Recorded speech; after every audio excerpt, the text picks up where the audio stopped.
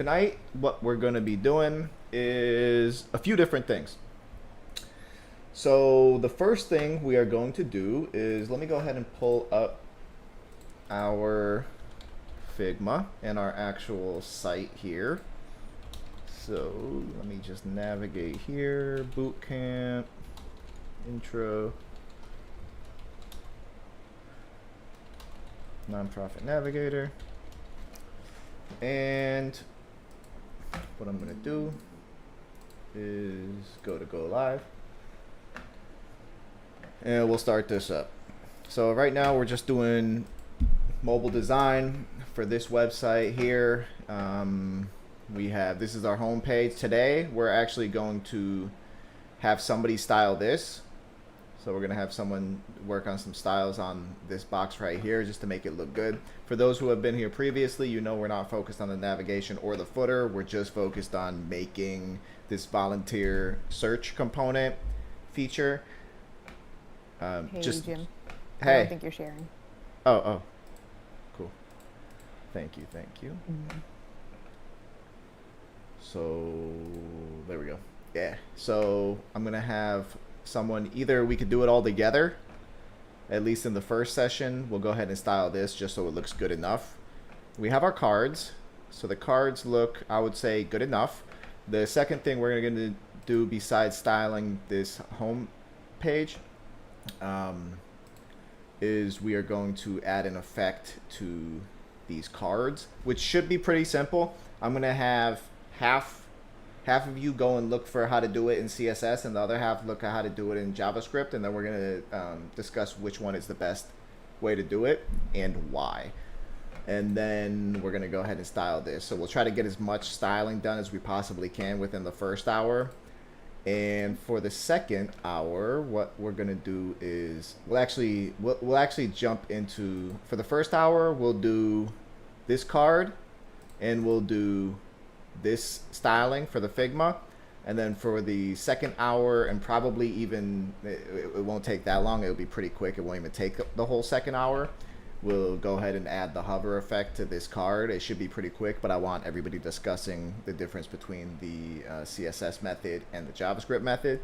And then for the last hour, we're going to go ahead and we're going to start breaking this JavaScript file up. So we'll keep our MVC model website on one side, we'll keep this on the other side, and we'll do our best. We'll start working down through our JavaScript and placing our JavaScript in the correct files. And so I want everyone to have the reference of the notes application I showed you to kind of, as we work through our JavaScript, like, where are we putting this block of code? Where is this going? You know what I'm saying? So yeah. I neglected to save the link to the live share yesterday. Oh, I create a new one every day. Ah, good to know. Yep. Yeah, because once I close my code editor, it disappears. Good to know. Yeah, that link is invalid after I shut down. So yeah, so we're going to start with just that basic styling. We'll get this out of the way. We'll get a little bit of this out of the way. We'll go over to our Figma design, and we will, so basically what we want to do is we want to take, I believe we agreed on a style similar to this, and we'll go ahead and apply this, a similar design, just a nice looking similar design to these here. Yeah. How you view this in your browser when you're working on it? Because I'm just seeing it through Discord and through your desktop. But when I pull it down onto when I pull the repo down, how do I see it through my browser? So there's a couple different ways you could do it. Either, and you have the code on your computer? I haven't pulled down what we did last night yet. I haven't refreshed it, but yeah, I have a repo on my Okay, computer. so either run it locally on your computer just by taking this index.html and sliding it into your browser. Okay. That's one way. Another way is using live share or live server. I clicked live server. So It's an extension that we have here. If you click Yeah, I live, think I have it installed. yeah, most people do. Very popular. So live server, you could also open it up that way. And if you're working on my code editor with me and you want to just see the changes that we're making, then when I go ahead and share the live share link, as long as you open up in Visual Studio Code, then you should be able to open up the same server I'm in on your browser. So a few different ways depending on how you're doing it. If you're working on it on your own, you're going to be sliding the HTML into your own browser or using live server. If you're doing it through mine, then when I sign on to live share, we're actually going to have something down here that just says share server, and you'll be able to view the same server that we're on. Cool, thank you. Cool, cool. Does anyone else have any other questions before we get started? Yes, Jim, I have a question. How do you, I have one question, but two. So do you have to pay for Figma? Do I have to have like a paid account, or I can use a free account? They do have free accounts. They have free Cool. and paid accounts. But yeah, if you want to edit mine, you'd have to pay for that. So, But I can can I access your, the design using a free account, like yeah. the nonprofit navigator? Yeah, let me go ahead and copy the link. I'll go ahead and post it in the chat, so feel free to hop in there. Just let me know when you send the request so that I could look at it and accept it. And then, yeah, you'll be able to view the design as well. All right, thank you, sir. Yep, yep. Question? Yes. Do I have to create another fork in order to get the code that was checked in yesterday, or how do I pull the new code into my fork? I went over that yesterday, so I'll send you the YouTube video for that, and it's just right in the beginning. Okay. Yeah. I know how to create a fork. I just don't know how to refresh my fork to get the new code. You did go over that and I missed it? To get the new code In my fork. Yeah, so what you're gonna do is you're gonna set your local repo as upstream to my the original GitHub repository. But All right. yeah, we could talk about that later because we're all gonna be in my code editor tonight anyway. So All right. I can look it up too. all right, cool, cool. Okay. Let me know if you have trouble finding it, and we'll walk through it. Okay, my question. I tried forking the application to my computer. Mm-hmm. I can fork other repositories, but when I try to fork yours, it tells me no local place to fork this. Do you have to do it from Node? You can't do it directly from GitHub? Nah, you could do it directly from GitHub. Either I need to change some settings on the repo, or you need to change some settings on your computer. We could dig into that a little bit more though later. Okay, whenever you have a chance. Yeah, yeah. All right, so I'm gonna go ahead and share the live share. I'm gonna allow everybody to hop into my code editor. That's where we're gonna be typing code tonight, and I'm posting it right into the chat right now. So feel free to click this link. Hop into my code editor. If you're not gaining access, just let me know. I'll go ahead and approve you for read and write privileges, and then you'll be able to modify some code.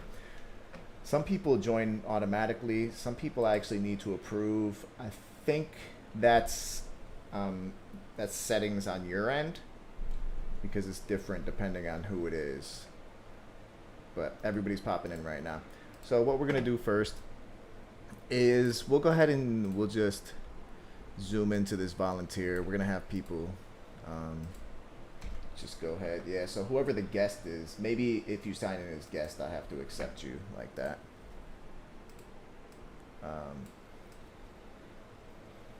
So we'll go here and we'll just style this card really quickly,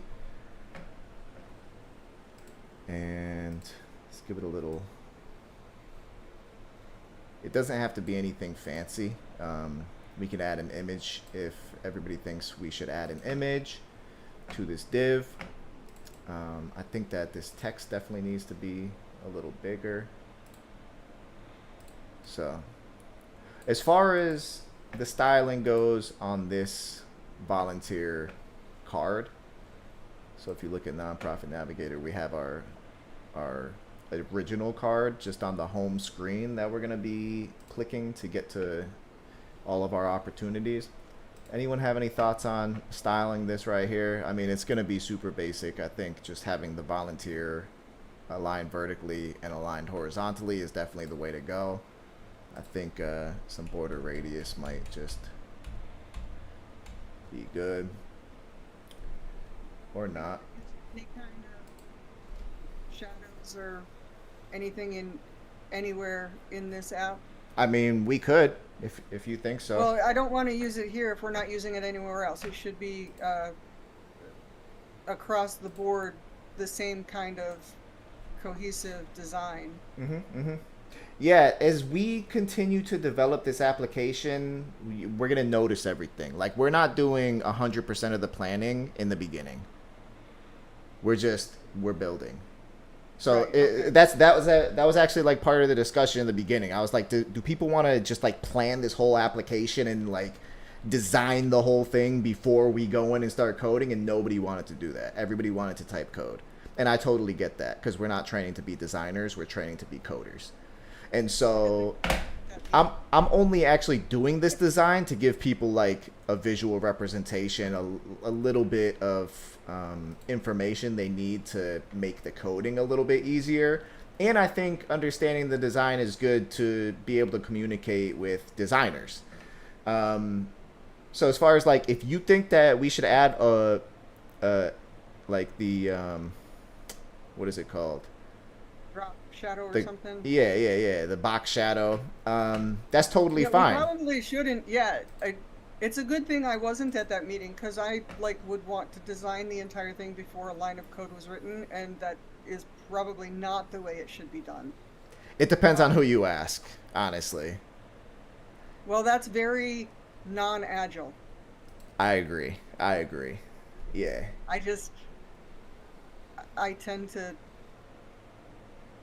get very OCD. Okay. I agree. I like to have like a minimum viable product and like the test-driven development where you kind of let the application create itself by writing tests and only coding what you're supposed to code. I love that. But I also I like love that having idea, but when I actually start working, that somehow doesn't happen. It's tough. You have to get really good at writing tests, which we will be getting into eventually too. So, but yeah, I think it's cool to, if we did want to have a box shadow on this, just to see what the box shadow looks like, because if we have the box shadow on that, then we have something to compare against the ones that don't have box shadows. And so we could be like, instead of being like, who likes box shadows and who doesn't, without having a visualization of what it looks like, we could be like, do you guys like this style with the box shadows, or does everyone like this style without the box shadows? And then it gives people like the visualization, and it's easier to make a decision when you could actually see it. So like, inconsistency is totally okay. This project is brand new. It is not, it's If you have something that's inconsistent, then you miss it when you're cleaning it up. it's gonna become consistent though. Yeah, we want to try a ton of different things. The only way we're gonna be able to understand what we want to do is if we try a ton of different things. You know what I'm saying? And the stuff that we like and the stuff that we want to double down on, then we'll spread out to the entire application. And the things that we're like, we tried it, but we don't really like it, we'll cut out of the whole application. You know what I'm saying? But we want to try a lot of different things. And not even just to build a good application, but so people could practice a bunch of different things. This is more about learning than anything. So it's not about pruning as much. Yeah, I mean, we'll get there. We're gonna fine tune. We're gonna make it look really nice. We're gonna look for inconsistencies. We're gonna increase the joking. Yeah. Okay. Ha ha ha. Yeah, no, it was like a I don't know if it was sarcasm, but it was definitely some sort of something. Maybe a foreshadow to what we're doing. Nah, you're good. So, I sorry, think you I mentioned just pruning the other day too, didn't you? Oh, I did. I think so. Yeah, maybe. I say a lot of shit. I'm sorry. I say a lot of things. I'm not quite sure what exactly, but are we working on the volunteer page right now? Yeah, so we're just going to decide what we want to do with this card. Like, how do you want it to be styled? I went ahead and changed the darker gray to a lighter gray, and I vertically aligned the volunteer, and I horizontally aligned the volunteer. I don't know if we want like a border. I don't think So we need a that looks border. like What do you guys yeah. think? So my opinion about that is it looks like a card, right? Yeah. I don't think we want to make it a card. Is that the purpose of it? So that it can. Why can't we just have a volunteer section, and then? So you're saying more like Yeah, like a section. this, and maybe even like, It's a little. It's a little. I'm just saying more like a section Be kind the of whole thing. page, or would that just be the header? This In is which just case you would make that gray part much smaller. so this would be this could be bigger or smaller, depending on Like- how big the section is. So like, how do you want to do it? Do you want to have an image at the top with like a description that says we make it easy for people to volunteer for nonprofit opportunities and that sort of thing, and then with a button that says like explore opportunities? Like, there's a lot of different ways we could do it. It's just, how do we want to do it? I do like the section over the card thing though. Are we going to? Are we all going to look for examples of how we like that? How we would like to, you know, inspiration. Yeah, you want to go ahead and just explore a couple websites first before deciding Yeah. how we want it. Yeah, go ahead. Yeah, take a minute to. I'll go ahead and just create this. I'll start adding to it. Feel free to take a couple minutes to explore other websites. I'm just gonna like use my creativity to start building it out a little bit. And if anyone has any feedback or anything they want to add, anything they want to change. Oh, Ricky posted something pretty nice. Yeah, this still looks like a card, but it's clearly a section as well. Yeah, something like this, where you have like volunteer, but you also have a description like, hey, we make it easy to get involved and explore opportunities, that sort of thing. I really like this Spotify layout where it's interactive, because I like to be interactive with like the website. You know, I don't want to just like look at a website and be like, okay, let me just read. It's like, okay, I'm gonna read, and then I want to touch, like I want to press something and to take me to where I need to be. You know. Mm-hmm. Which section? The first section here? Are you sharing your screen? Yes, Yeah. the whole thing. Yeah. So like try for 3 like that button that says try free for 3 months. Mm-hmm. So that can be like the volunteer page. Like it will take us to the volunteer page, you know, to the volunteer section, if that makes sense. Mm-hmm. Mm-hmm. So maybe something like a small box above that says volunteer, and then underneath a little bit of information about volunteer opportunities, Yeah. and then a button that says explore opportunities. Something Yep. like that. I really like this layout. I don't know about you guys. That makes sense. What does everyone else think?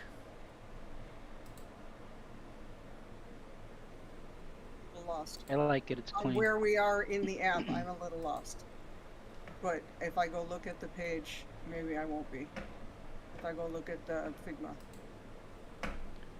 So the Figma, we're just like trying to come up with the design right now. So what T is Right, saying, we're trying to come up with the design. Is this the first page of the app, the landing page? just the landing page. Yep. The home page. Okay.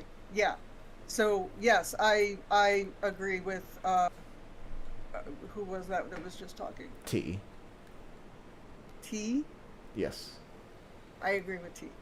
I like to land somewhere and just be able to click and say, maybe have a slideshow-ish sort of. Here's a couple of the different possibilities that I could click on directly if I see something I like, or a button that says see more, or just a volunteer maybe see more and a volunteer button,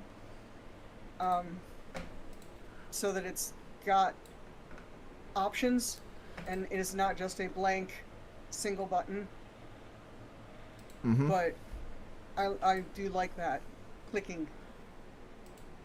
All right, so let's see if we can get like some sort of gradient. I believe that it should be introducing us to what the application should be. So it Red should means have- danger to me. Yeah. Red means Like, danger. Okay. Like a some red blue color or- some, purple's my favorite. I'm not gonna say no to purple, but Go ahead, Ivanko. What were you saying? well, sorry. what is the objective with this app? Is it helping out survivors of suicide, or No, what's the not necessarily. So basically, if you come to our user stories, there's a couple different things that we're looking for. So we have 3 users, volunteers who are looking for opportunities to get involved, nonprofit organizations who are sharing their opportunities for people to get involved, and clients who could actually find help from the nonprofit organization. So it's kind of like 3 different users searching for 3 different things. Alright, so But right now, we're just worried about this one right here. We're only worried about volunteers searching for volunteer opportunities. Do you want to try the color green?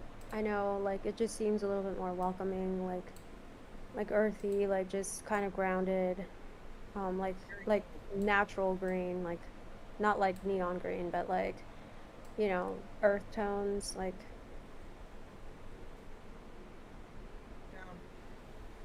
Down and to the right. Up and to the right. Up.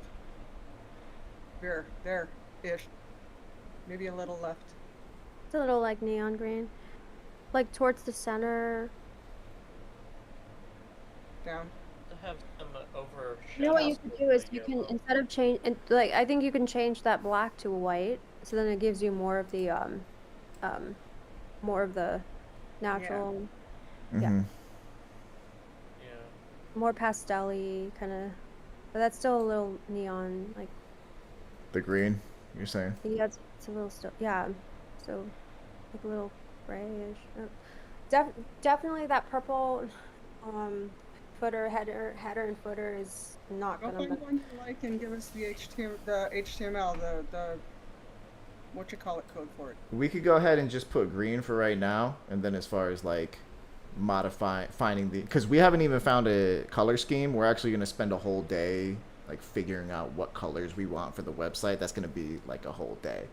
So right now I'd say let's just keep like a basic like that right there, just so we can have a gradient and give us something to code up.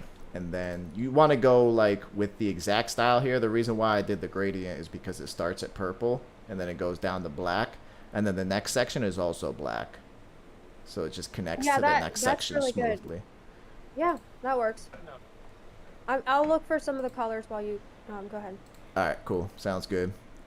I'm gonna go ahead and recreate this as close as I can to basically the Spotify, and then if anyone wants to make any changes, feel free to just shout out. There'd be like 3 different boxes with a couple of options of the different things to volunteer for that eventually will rotate through, that can be chosen directly chosen directly from the page, but that might be V2. Yeah, so Or you're saying having 5. yeah, okay. 240. Okay. And we'll say 240.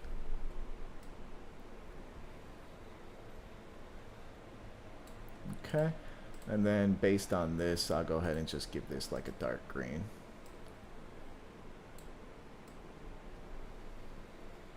We're gonna change it, don't worry. All right, and then we have just a description, kind of like find an opportunity to explore, with a little bit more details, and then a button for explore opportunities. So we could have like a larger text here.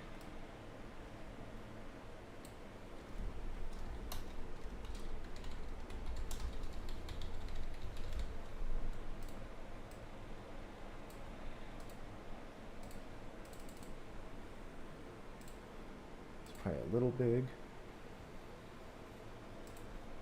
Are we married to that same volunteer in the middle in that big square?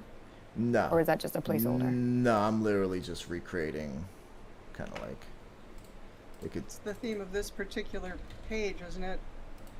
Right. No, but I'm saying if our app is titled or called Nonprofit Navigator, right? Maybe that's the thing that should go in there.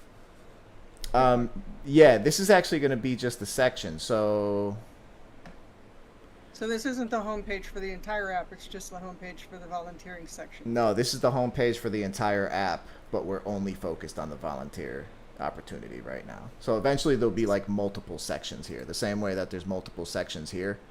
Like this one is kind of just like summing up premium. This one is more detailed information about premium as far as the features go. This one So is this about should be a payments. login page then, shouldn't it? What's up? This should be a login page then, shouldn't it?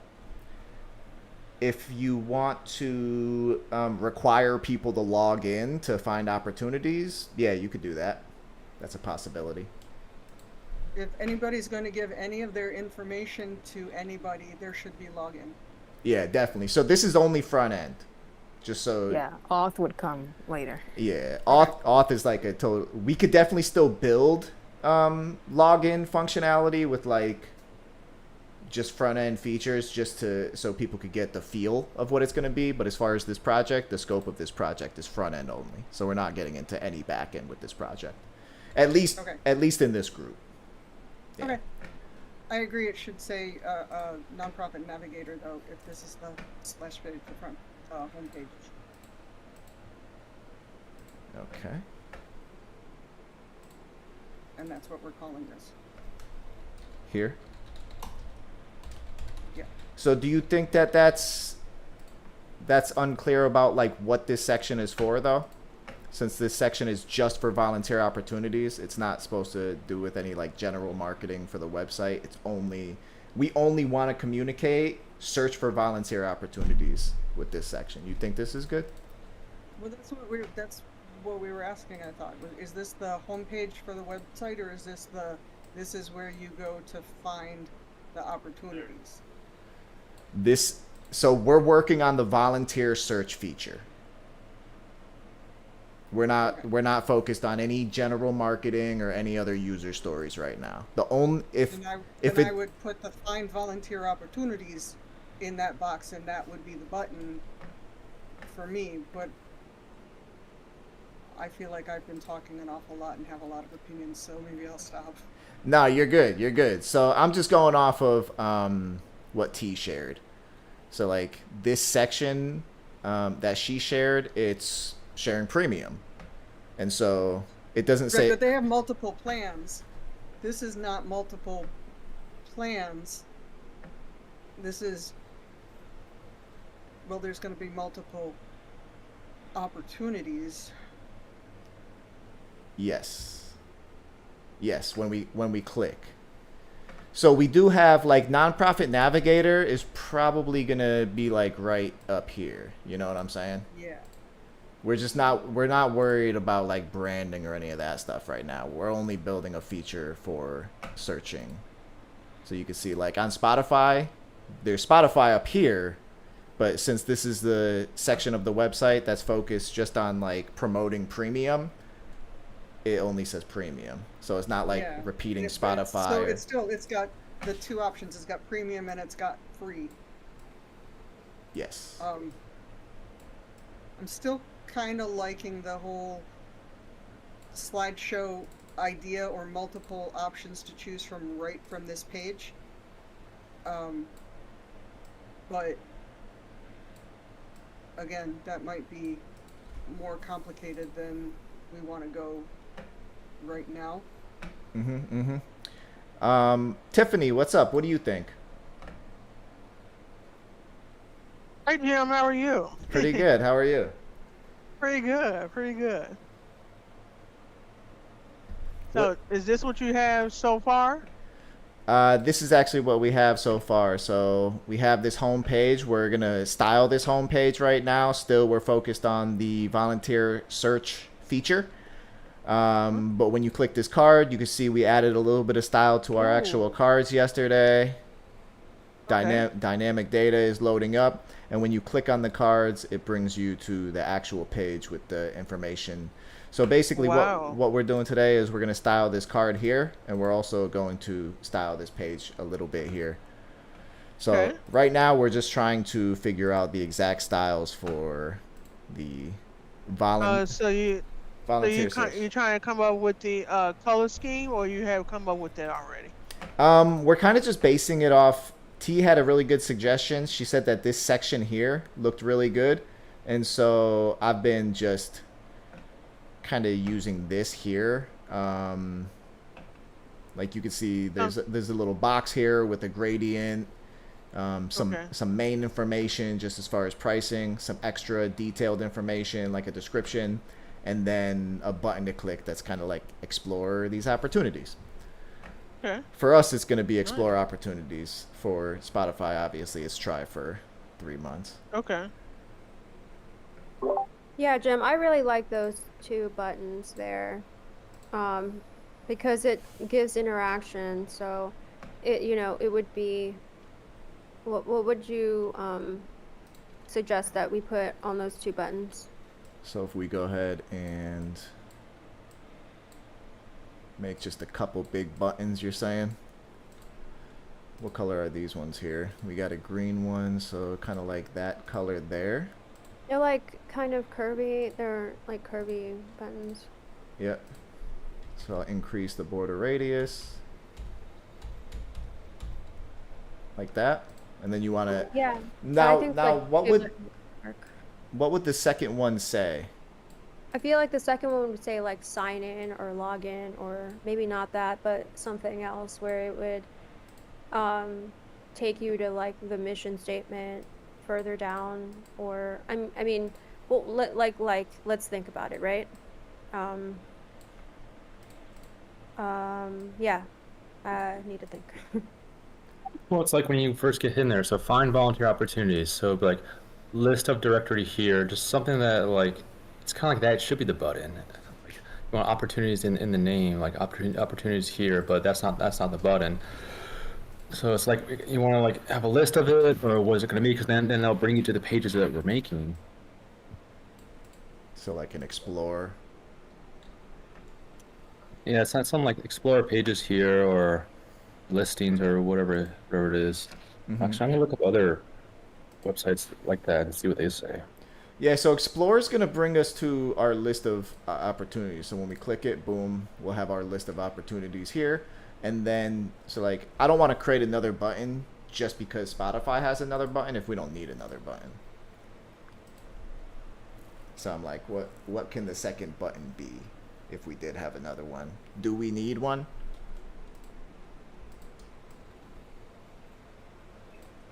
Probably a confetti button. Yeah. Yeah, for That's after you our sign up. our celebration button. Yeah, it's after you do something, you know. That's funny. Parker's got that code just waiting. Huh. Oh yeah, not to let it go to waste. I'll just like make up some random text here. We make it easy for people who want to get involved. Signing up is just a click away or something. I don't know. Yeah, you have like a button that says "Get involved."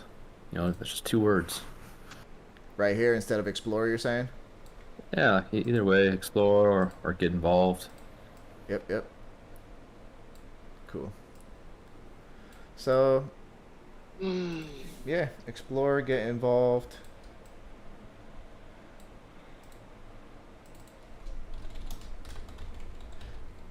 I'd say explore is more clear, because if you're gonna get involved, right now this is exploring. So when we click on the button, we'll actually start exploring. but when you click further, like if there's a button in here to actually get involved to make it official, that would be a good spot for that, I think. All right, and then For the color scheme, I already posted colors there. I really like the navy, dark navy, and then like the greens there. oh, those here. Yeah, like any of those three greens, more towards the darker side of the green, just a gradient of that. All right, cool. And Liz posted something here too. CSS color names. Yeah, it breaks down like all the families. Which one of these, T, do you think? And what green are you talking about? The 006400. This one here? Mm-hmm. All right. So it doesn't look like party. It doesn't feel like it seems pretty serious. There we go. So that there, you think looks good? What does everyone else think? But like the neon green can go to like the actual color. Well, what's a complement to green? So it's probably not the light blue in the nav bar. What's a complement to that? I think that one. Oh, Further down. back. Yeah, like that.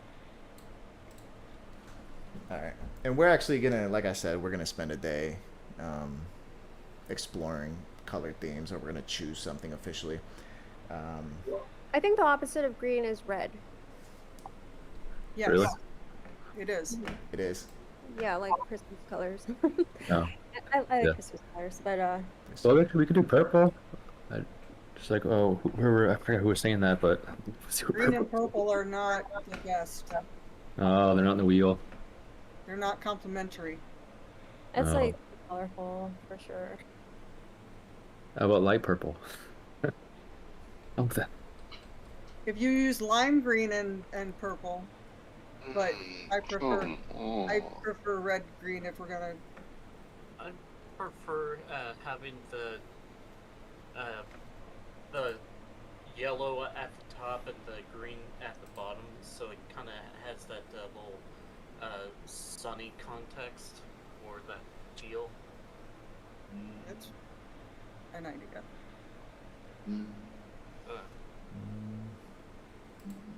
Let's check out this page here. So I guess we could come here if you guys want to see, like, these are pre-built color schemes. If you guys want to just choose one for now. I know Yeah. we have this green right here. We do have a dark green similar to this. I'm gonna keep scrolling down. Let me know if you see something. My Yeah. good is something like this, Mistake. like a lighter color scheme. Yeah. Like a dark I'm green with a open, lighter color. I'm not Similar to this website, Jim, I shared one from Adobe that does something similar, to the point that you can upload an image that might represents whatever business or topic you want to use, and then it extracts possible color scheme. So I typed in volunteers as a keyword, and you see someone uploaded images of volunteering, and the website, the tool provides you a list of colors. I think it's similar to what you were using. Yes. Pre-built. Here's one that I know you guys are saying green and red, so I'm just trying to look for Alright. green and red. So when you Jim, I'll give you a call later. Talk later. I'm sorry for interrupting. I have to go. I have another boot camp to attend. All right, cool. Talk to you later. Okay, I'll catch up with you, Jim. Okay. Yeah, so we got this one too. A lot of conflicting though. There's no Look like at our light. options. Wow. yeah, it's all part of it. So like meetings could be an hour or 2 hours long because you're deciding what colors can go The with. one that was directly below that one that you clicked on first. All the way at the top. Scroll down just a touch. This one. No, shoot, maybe it wasn't that one. Scroll down a little. No, I can't see it.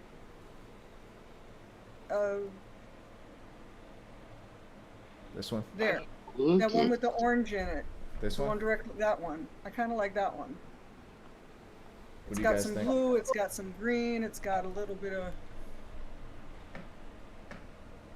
What does it's a everyone little think? earthy. One with the T-shirt that says volunteer on the back. That This, one. this The one. one right above it is Oh. the one that I'm looking at. This one looks I good like too. anything you guys pick. There you go. Team James, player. you make it so easy, James. Some It actually makes it harder. All right, you have my vote. I'm not going to say any more on it. You guys can choose. So when you pick one, it says download as JPEG. Like, are you? What's like the standard? Do you go through the hex code, and that's what you want to use for your color schemes? Is whatever the hex is it tells you, or what's the? Okay. Yeah. So we could go ahead. We'll go ahead and just use this one for now, just so we could keep it pushing. Let's see. There you go. So we'll go with like this one for this. beautiful. That looks pretty good. Actually, no, I'm just playing.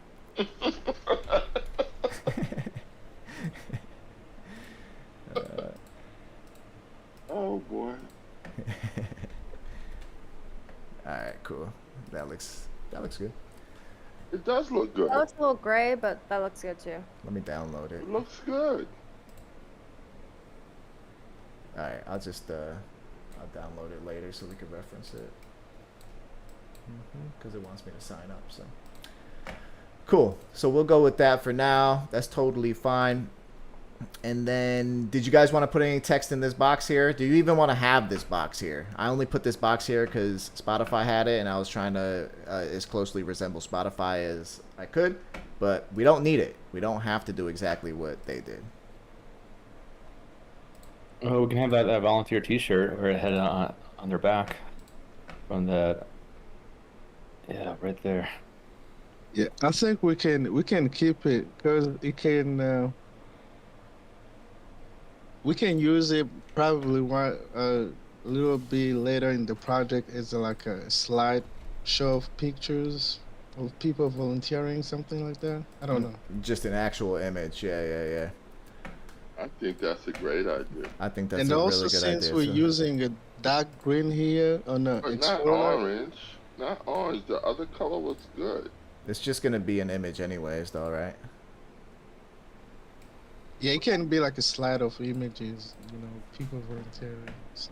Yeah, we can. Also, like on the button, since the green is too dark, can we use? I think we can be better if we use like a white color on Explorer or Yeah. something. Yep.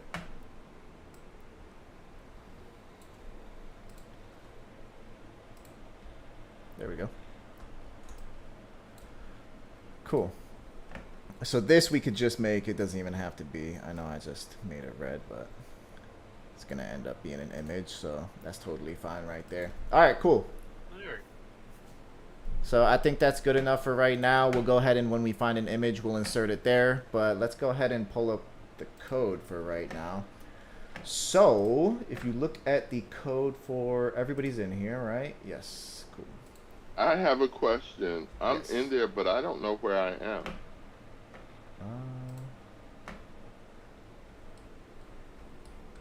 Yeah, I don't know. This is me. If I type, something gets typed. I don't see you in here either. Okay, I'm going to the body. You're in the body now, right? I'm at the top of main.js. Okay, I'm going to main.js. Okay, I'm going to the top. Slowly but surely, I'm getting there. Okay, I'm at the top now. Yeah, alright. And I'm so going to good. type XXX. XXX. Yeah, Do yeah, you see that? yeah. So that's me. So where am I in the list of participants? You're the guest. I don't see guest. Maybe you just don't see yourself. Oh, do other people see themselves?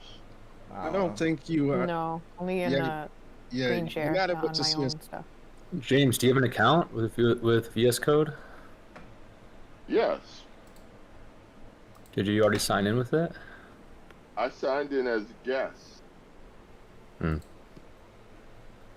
I signed in before I signed in. I was in my VS Code, but I wanted to be where everybody else was, so I relaunched. I signed in as guest. I can type. I can see me. I can see my typing. I can see you guys. I could follow you if I want to by clicking on your name, but I'm not there. I mean, I I don't can't have see to you. be there, huh? Your name is Guess with all caps, like all capital letters. Yep. Okay, maybe you just don't see yourself. Do you guys Well, see yourself? what you can do, so open your VS Code in the bottom left, there's a gear icon. Above that gear icon is a profile photo. Click on that, and what does your account say? Like, what is your username? Okay. It'll say right there when you So, click on that little So I picture. think he's asking if you are able oh, to it see your says, name under live share. yes, it says 'Cause- you are not signed into any Yeah, so account. you need to sign in with your VS Code account that you created, not just open VS Code. Once you sign in, then you won't be a guest anymore. But I'm not in VS Code, right? Oh, I am in VS Code. The application's open, it's just you're not signed in with your account. And if you don't have an account, you got to make an account. So I think basically he's asking if you guys are able to see your name under live share and participants. Is that the Yeah, question yeah. you're asking? I can't Yeah. see Because myself. if Yeah, that's the you don't see question, yourself. you don't see yourself. Okay, that's it. Yeah, Okay. we're all signed in with our accounts, and then you can set your name to whatever you want with your account. Sign into my account. All I mean, if you have a GitHub account, it's easier. Yeah, I have one of those too. I just want to make sure you guys know who I am in case I make a mistake or something. You can tell me stop. Mm-hmm. Yeah, I can see you as guest, all capital. Okay. That's good enough. Thank you. All right. Yeah, So, there you go, guys. Family stuff. alrighty, cool. Have a good night. So basically, what we're doing tonight is we're gonna go ahead and create this section. It shouldn't take that long. We basically have the div. We already have our homepage div. So I'm gonna go ahead and add some comments here, some to-dos of exactly what we need to do next. So we need to add an image, or we could do div for now. Either or, and yeah, I'll just do the HTML for now, and then we'll add the CSS after. So just give it a width of like 50 pixels and a height of 50 pixels so we could see it, and a background of gray. Then we do have the H2 already, so we just need to modify this to do modify H2 header to say find volunteer opportunities. Then we need to add a paragraph. Add paragraph that matches text from Figma. Then we need a button. So add button that says explore. And then, yeah, so we need to modify from line 184 to 186. We're going to modify this. Go ahead and choose a to-do that you want to do. And then I'd say we're going to give each one a class. So we'll give the image, we could just say volunteer home image. For this one, we could say volunteer home header. For this one, we could give it a class of volunteer home description. And for the button, we could call it volunteer home Button. And then that way, once we're done adding this HTML, we'll have all the elements and all the classes we need to hop over to style CSS and add the styles. And then, yeah. So go ahead and choose one of these to-dos. Feel free to chat about it with someone else. There's only 4 to-dos. I know we have several people in here. So I'm going to go over to the styles.css. And I'm actually going to begin adding some to-dos in here as well for those who want to work on some styles.css as well. So we have navigation, main section, home. All right. So we're going to have now. Great. What did I just do?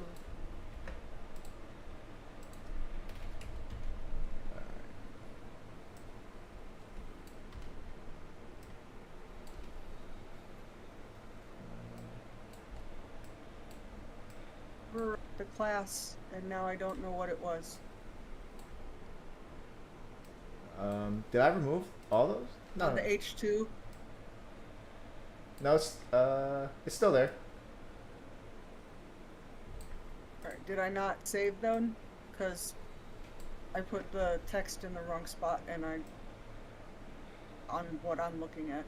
Find volunteer opportunities. No, I just highlighted over it, you see? Yeah, but if you look at the actual H2 in the code, Yep. I overwrote the class because I put the find volunteer opportunities in the wrong spot. Oh, okay. So what's the question? I don't remember what it was because I overwrote it. Oh, it's just right up. It's right up here. Line 178. I see. Thank you. Yep. Is everything inside the div class page home? Yes. Hello. Yes, the div is the section. So we could actually go ahead and just call this. Yeah, we could call it page home. That's fine for now. Once we add another section, once we move to the next feature, we can switch it up a little bit. So let me go ahead and put this home just above here. So we have the div, the image, H2, paragraph, button. Div, image,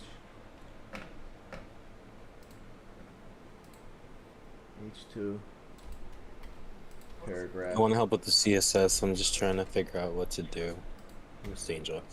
Yep. Cool, cool. And then the card title. We're actually not using that anymore.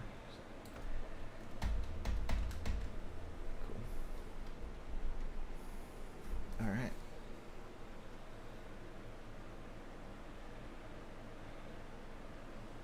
Can you guys tell I love design and styling so much? If I didn't have to do any design or styling, I wouldn't. Just leave that up to someone else. I love doing design stuff. As long as I got like an outline of what you want me to do, like the best for me. Yeah, not me. Not me. If anyone ever wants to do any design or styling for me, I'll throw all that stuff your way. I'll take some too. I enjoy that stuff. Yeah. The only part that I'm any good at, actually, on the front end. Yeah, CSS is kind of fun. Yeah, especially after you like use all your energy on JavaScript. You're like, okay, I just want to do some design now. Who's working on the page home? Nice. All right, cool. I saw a gradient. Okay, there we go. I got you. That was me. Was that matched? Can I see the other one? Yeah. Do you want the width to be 250 or do you want it to spread across the whole screen? Do you want it to be just the card or the whole screen? Depends. Just take a look at the design. Yeah, that's kind of what we came up with. Okay, so the full page. Yep.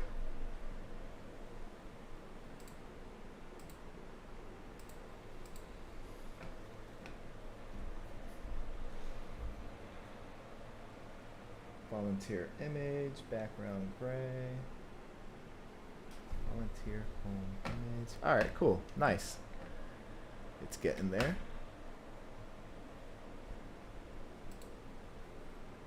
Let's make this a little lighter.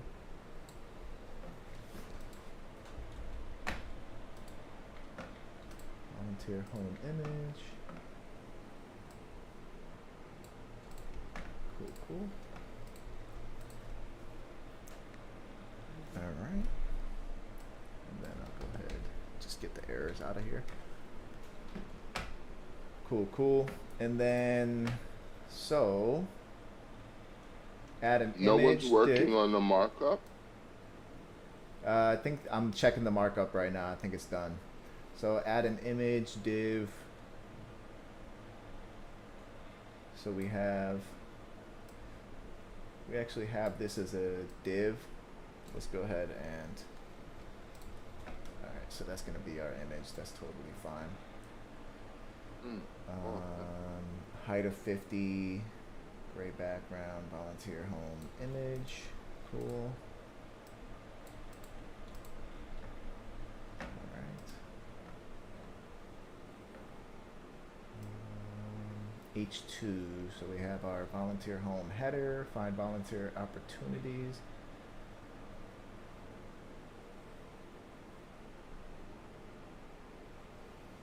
I'm not seeing this H2 text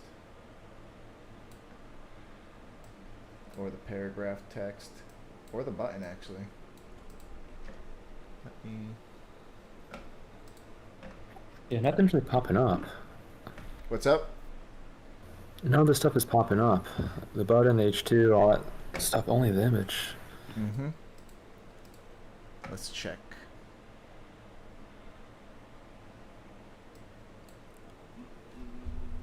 So the only thing we're getting is a div. Page home.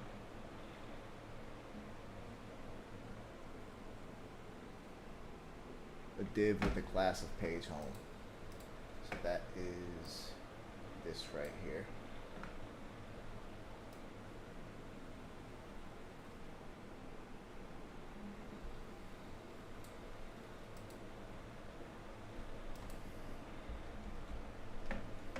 Aha. Nice. Beautiful, beautiful. It's looking good. What was it? What was the issue? I think someone just had someone was making some modifications. Sometimes when a bunch of people are working on code at the same time, it's just like one little typo somewhere in the code, you know. And then when you save again, it unsaves. So I didn't have a chance to see exactly what it was, but all the tags looked good. The HTML looked good. Mm-hmm. Why doesn't it look the same as before? Why doesn't it? Yeah. Oh, okay. Wait. Yeah, this is the design. Oh, okay. Duh. Okay.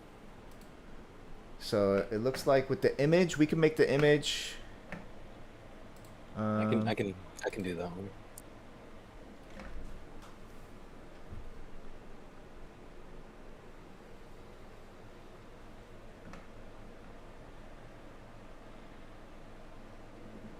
They got it.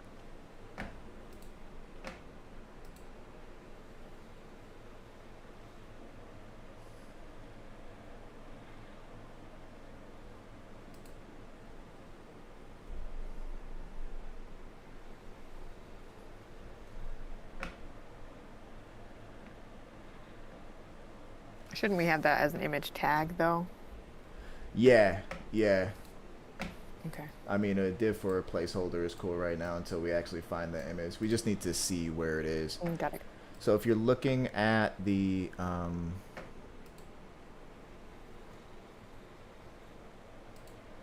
actually, all right, I'm gonna wait until everybody's. Just let me know when you're done with what you're working on. So we have our div 50/50. We'll go ahead and just change that a little bit bigger, but that looks good for now. H2, find volunteer opportunities, looks good for now. We'll go ahead and match it a little closer to the CSS. The paragraph is present and there. And the button is also there. So the HTML looks good. Now we just have to do a little bit of styling. I have one question. Why is the class page home and not volunteer home, or like volunteer home card? That's a good question. I was actually like 10 minutes ago, I looked at that and I was like, page home. That doesn't really make sense, but I didn't really Yeah, it say doesn't anything. read well, especially on the CSS side. I had no idea what. Yeah, I didn't. We could go ahead and change it if you want. We could just call it like Just call it volunteer home with nothing else on it. Yeah, volunteer home. Because it contains everything else that has volunteer home in it. Yep, yep.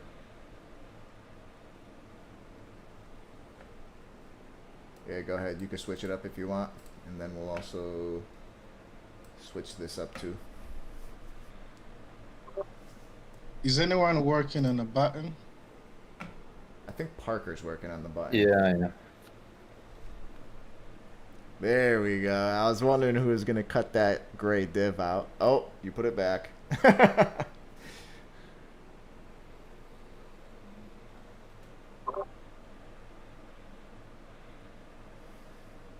There we go.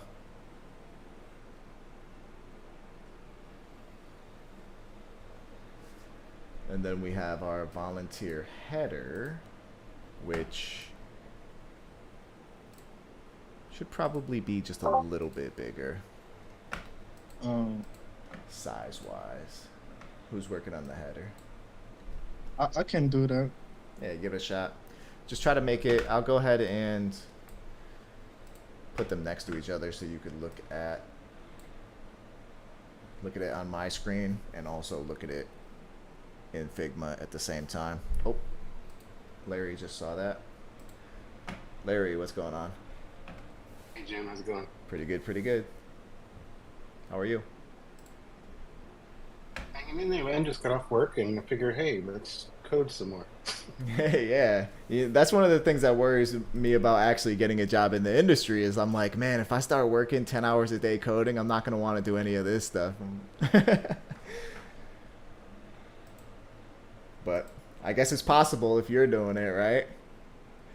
I know so many people who they have like their personal projects and the things that they're working on, and then when they go ahead and they get their first job in the industry or they start working, I'll ask them a couple months later, like, how's the new job? How's that project you were working on? And they're always like, oh, I haven't worked on that project since I started the new job. It's just the new job usually takes Lots of over. people have different things that fulfill them. Yeah. Yours apparently is teaching, and I get that. I've taught, and it's a really good feeling. And it does help break it up a bit, so you can do some projects during the day or mix it up with teaching, and it's a nice mix. Yeah, yeah. Seeing people get good jobs or getting their first job is like, it's so cool to watch. Mm-hmm. All right, looking good, looking good. So, find volunteer opportunities. The header looks a little bold. If you want to change the font weight of that. Yeah, I'm gonna do that. Yeah, I'm just throwing it out there. No rush, no pressure. Yeah. And It takes a long time to like refresh on my browser. So. Gotcha. Yeah, no rush. I'm just throwing some stuff out there. And then also, whoever's doing the image, if you want to double the pixels of the width and the height, just so it more accurately reflects the image on the design. And then also center it. There you go. Nice. And then, I don't know who's working on the description, but it looks like the text is a little bit bigger, maybe 2 or 4 pixels bigger. Buttons coming along nice, too. Looks like the button text needs to be a little bit bigger. And then maybe a little more padding on the left and right, and a tiny more padding on the top and bottom. Besides that, it's looking good. It's looking good. Did you take the green color from our design, or is this just a random green color? No, it's random green color. I need to get the real green. Here you I go. picked out a slightly more accurate one, but yeah. Yeah, let me get the exact. I'm posting in the chat right now. Oh, even better. Thank you. Hexadecimal. Just ones and zeros. What's up, Aditya? Didn't even see you pop in. No, I am having some messed up internet issues. Just now it seems good, but I was like just getting in, going out, coming in, going out, and I was like, yeah, I don't know what's happening. But now it's stable, so I was like, okay. No worries. Just saying hi.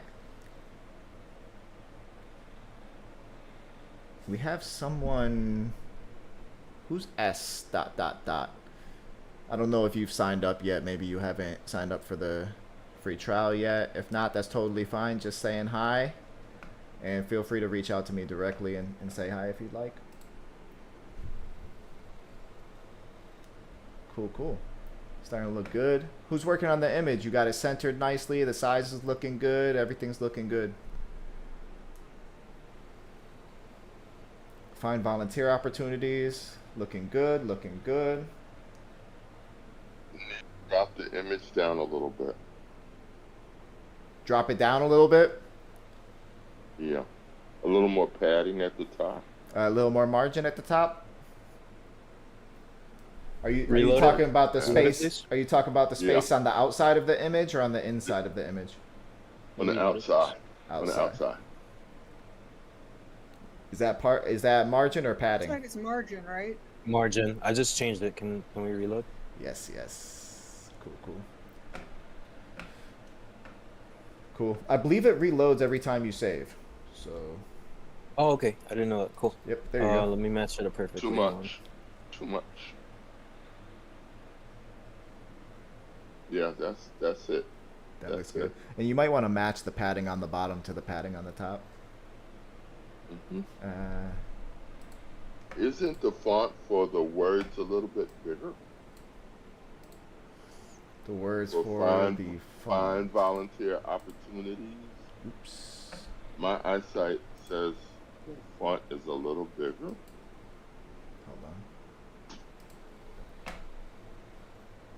on. Find volunteer opportunities. Yes, yes, but our design is also a little bit bigger. So if I make it more of the same size, it's probably like. Yeah. Yeah. More like that, just to make it more accurate for you. Though you are right though that I think the image could be a little wider, just so it matches. But not a big deal, honestly. We're gonna change it a little bit more as well. Nice. I just saw that you added that margin to the button, looking fresh, adding some space.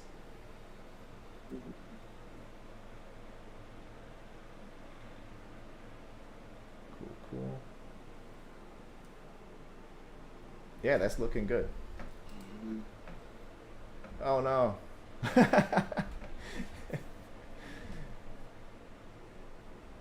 Ooh.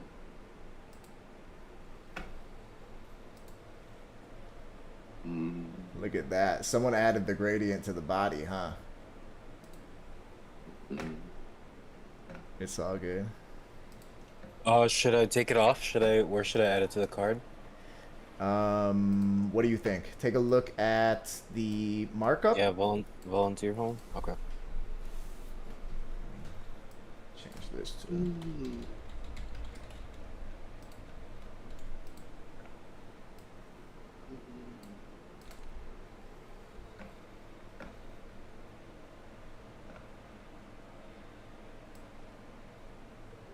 Okay, I updated the background. Cool. Okay, so then we gotta fix that. Yes. So let's go ahead and I'll hover over the elements here so you could figure out exactly where the issue is. So we have our main, we have our root, so that's the entire, that's like our main div there. Nav goes all the way across, main goes all the way across. And then it looks like we have a ton of, what is this? I'm not gonna say it. I'm gonna let you guess. What is the problem here? It has too much margin. Which one? The volunteer home. Exactly. Yep.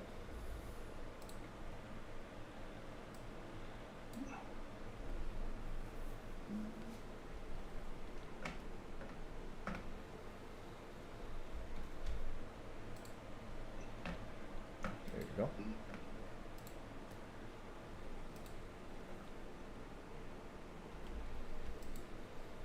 There you go.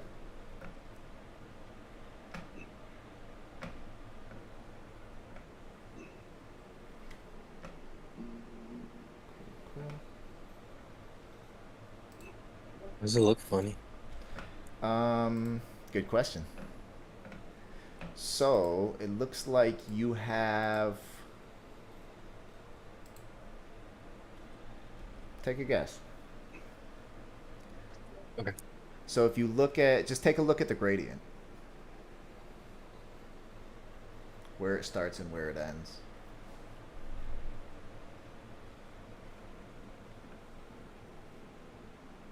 And why is the footer coming right here? The footer is supposed to only display itself after our main container, because if you look at our main, we have flex grow in here. So our main container is supposed to grow and fill up the rest of the container height. Hint, hint. And then our body has display flex column. So yes, there you go. Let's see.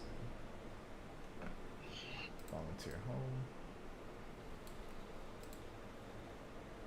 home. Why are you adding display? So that everything in the inside of it is centered. Okay. Right here. Justify content should take care of that.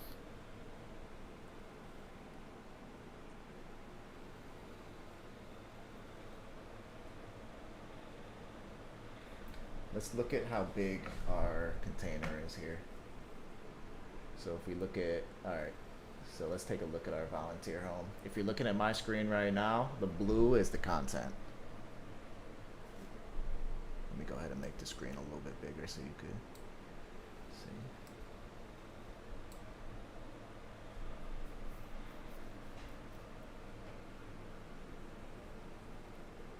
I can't really tell what's going on. Sorry, I didn't realize Jeopardy was playing so loud. I don't know what's going on. So it looks like, well, the blue is our container, right? I'm hovered over volunteer home right now. Do you notice anything wrong with the size of this thing? I think it's the margin. I think there's a 32. I think it's too much margin. Too much margin on the volunteer home.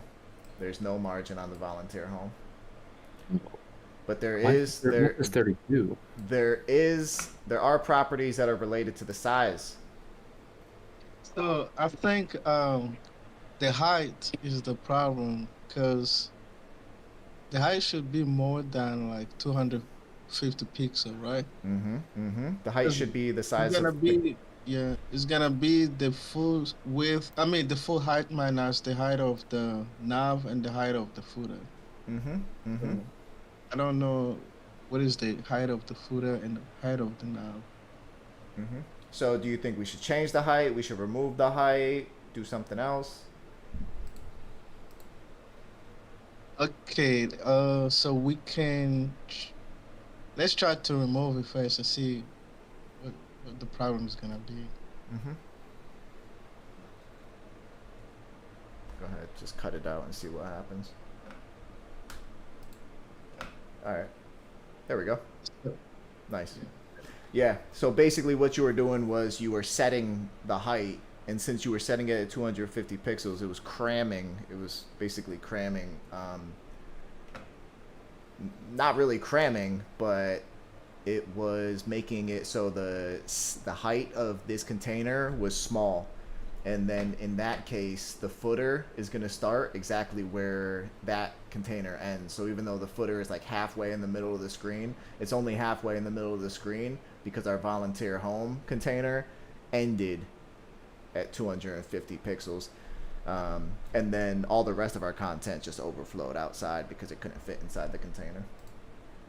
So, okay, so just to make sure, because I was adjusting like a different screen sizes, so we can give it a height. So we're gonna calculate like 100%. It looks like the footer has 50 pixel. Let me see the nav. Does anybody know the size of the nav, the height of 50 pixels? So we can do this.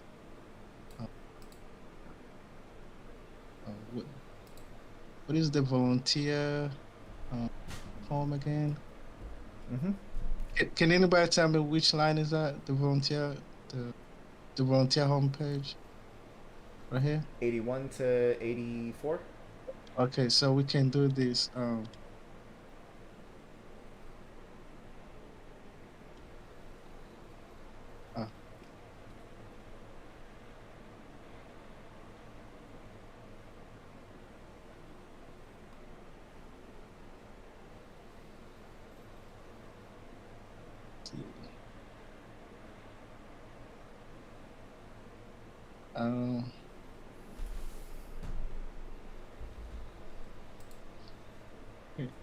All right. So I did not consider the margins that we put.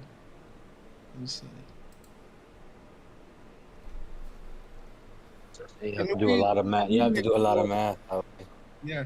Can we make the whole project line 5 from line 5 to like back sizing?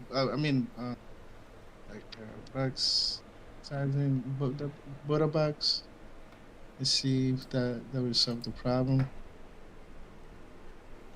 Yeah, it is border box. I just typed it in. Can you refresh to see if that probably solved the issue? Yeah, there you go. There we go. All and right. so let me ask you this: what if the size of the contents inside of this section here is like 200% of the viewport height? So we are right now. We are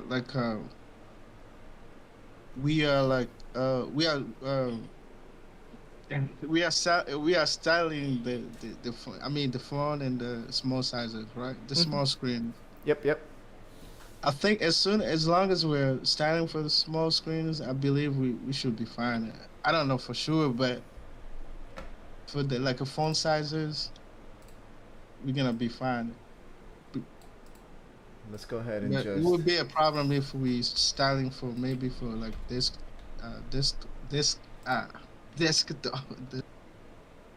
So I just added more content.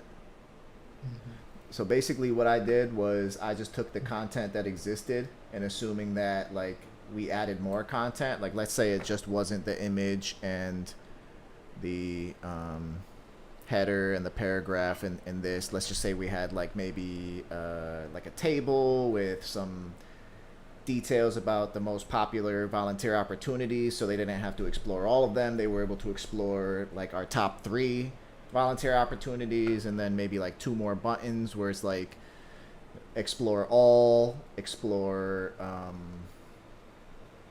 mental health, explore food shelter, like just more focused, so you didn't have to go and explore everything, kind of just like a direct access to certain things, and just assuming that there was more content in here just to see what happens.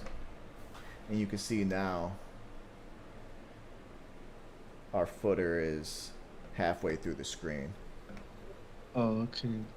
So we're gonna make sure the footer is always at the bottom. Footer's always at the bottom, yeah. Is that what you're trying to say? Yeah. I mean, it's not a big deal right now. But it is gonna be. Yeah, we can do that. If we do add more, there'll be some problems a little bit later down the road. So, if anything, if you want to give this a shot to fix this, when there is more content. Okay, let me try. So is the hold on, because I gotta read the body. We haven't styled the body, right? We haven't touched the body. Mm, I don't. 100. Okay. Let's see. We gave it a height of 100 VH. So.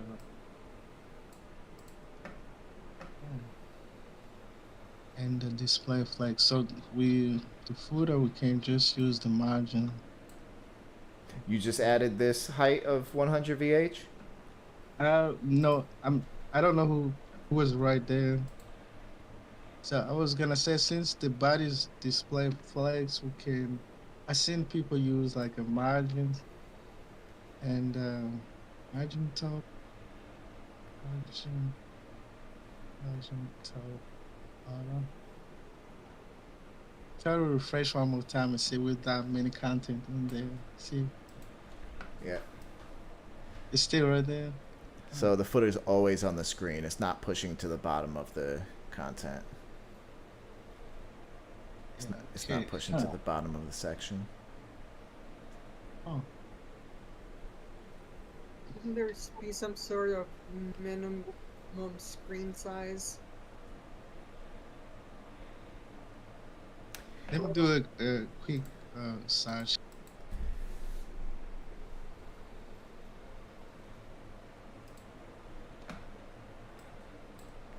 So there's a couple things that stand out to me. Just because, how do we know that the body is going to be a height of 100 VH? Almost every single web application I know of, the body is much larger than 100 VH. It's like 1,000 VH, depending on how many sections there are. It could be 10,000 VH, depending on if it's like the list is ever loading, you know? So this right here stands out to me. It's like, why are we constraining the body to 100 VH when the content, when we don't know what the content is going to be yet, when there's definitely going to be content that's greater than 100 VH? Well, I believe probably because we are styling for the phone, and that's like we are working on the landing page, right? Mm-hmm. So that would be correct on the, I mean on the phone, on the phones and small screens, to have like a landing page exactly, because you don't want to have the Explorer button hidden from the user, right? When they just land on your website. No, but the body is every section. So we only have one section right now. We have find volunteer opportunities section, but eventually there's going to be like, there's going to be a section for like nonprofits to enter their information. There's going to be sections for, so the body is actually going to be like maybe 1,000 VH. You know what I'm saying? Oh, okay. Now I see what you mean. I see what you mean. I was thinking in terms of like the landing page, this section we're working on. Yeah, I've seen sites like that before, where you literally just have like one section and there's no scrolling down, where you don't even need to scroll down at all. But I'll go ahead and just let me cut this out, and let me cut this out. We're overcomplicating things. So, did someone cut out the footer? Yeah, that was me. I'm trying to figure out how to push it to the bottom. It's already on the bottom. Oh, then I'll remove it. Yeah, you could go ahead and just put it back to whatever it was. Yeah, I'll fix it. Yeah, it was already on the bottom. The only thing is we're setting the height of a section when we just don't know what the height of the section is going to be. If the height of the section, it's going to automatically set the height. So let's see what we got here.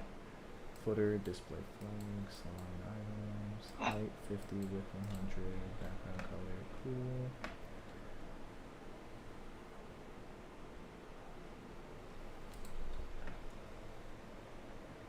Volunteer home.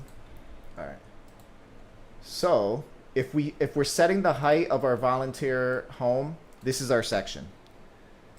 So we're saying that our section is going to be 100% of the viewport height minus 100 pixels. So we are saying that it's going to be the height of from the top to the bottom minus the navigation and the footer.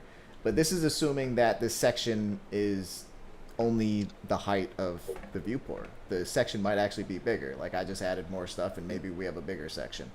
So if we go ahead and basically cut out, okay. if we go ahead and cut out that height, now we're good.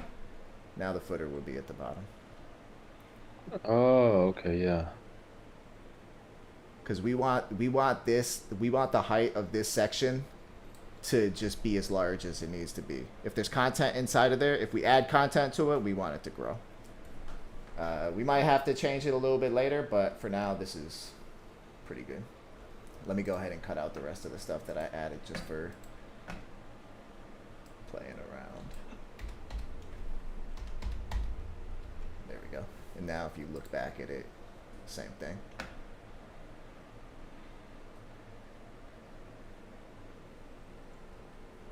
Cool. All right. And then there was one other thing I wanted to do before we switched over to the MVC stuff. What was it? Oh, now the button's not working. Does anyone know why the button's not working? So if I click on this, before we were able to just click on this whole section, and we would go to our volunteer page. But now it's not working. So if you want to take change an ID or a class or something? Yes, we did. Ah, okay, where is it? Good call. Got it. Ricky, was that you? Volunteer home. Now, let me ask you this. Do we want to target the volunteer home or do we want to target something else? Do we want to navigate there when we click on anywhere or do we want it to navigate there when we click on something specific? Oh, when we click on the button. Yes, exactly. So what's the ID of the button? Doesn't have one. If there's not, then feel free to add one.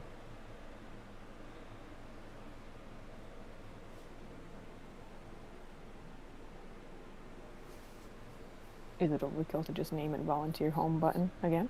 I don't think so. I've done it before.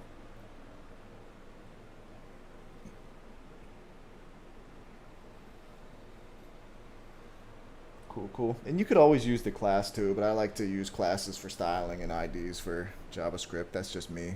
But it'll differ depending on the team that you're on too. So, all right, that looks. Let's test it out. Boom. All right. It's looking good. And then when you click this, you're good to go. All right. Then you go home. Cool.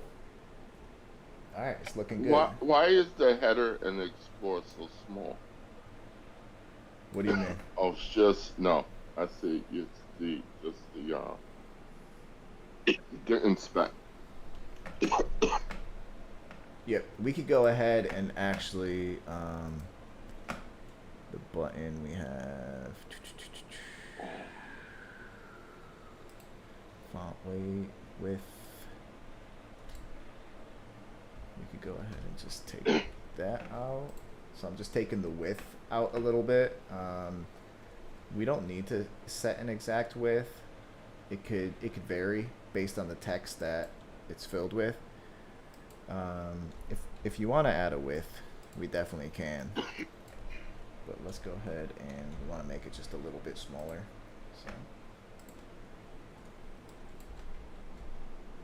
So. Try 180. Yeah, that looks a little bit more accurate. And then last challenge, Parker, since you were the one working on the button, how do we center this button? Just click on it and center. Say it again. Yeah, it's not. You were using Flexbox to center it? You don't have to. I wouldn't. I want to use Flexbox if you're just doing one thing to it. Let's see. Do you have? Yeah. Ooh, So let me hover over the element so you could see what we're looking at here. So. Oh wait, maybe I could just that larger padding. Yeah. All right, you're on the right track. I'll get it. So if you look at this container that the button is inside of, the volunteer home, right?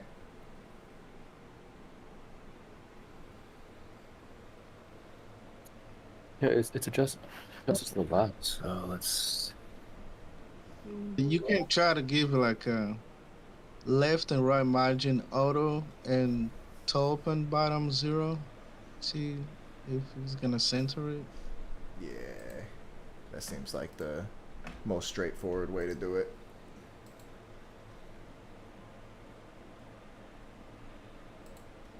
So the margin on the top and the bottom looks good. You don't have to add any margin to the top and the bottom, but if you give the margin to the left and the right and auto, it should just center itself perfectly.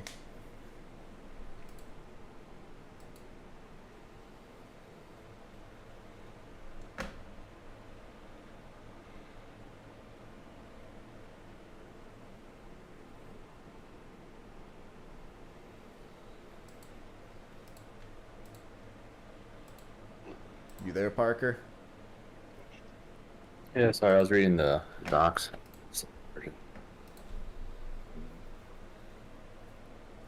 What are you reading? Share with us. So from MDN web doc, just the shorthand for following, setting the margin. So you got top, bottom, right, left. So it's like you can do by percentage or pixels, and each one is set is going to be the size. So it'd be like left, right, top, bottom. So like you do like 5, 5, 5, 5, you know, then go from there. But what I want is just to have like left and right to be the same. I don't know. I'm trying to figure out how to set it. Does not a property justify space around? If you apply flexbox to it, but if you apply, my logic is like if you apply flexbox to it, then you're gonna apply display flex and you're gonna apply justify content. So you're adding 2 selectors when you could just add 1. Yeah, that's correct. If you did need to, if you were gonna end up adding like 3 with this method, then I would go with the method that you only have to. But the less lines of code you have to write, the better, I think. But some people, they're just like, we use flexbox, we don't use margin, you know, depending on who you're working with. I say the less code you write, the better. So Parker, come over to the code real quick and I'll show you, let me show you something really quick. So if we have, I'm on line 118. If you want to apply the same margin to every single side of your button, so this is all sides, then you would just do like 20 pixels.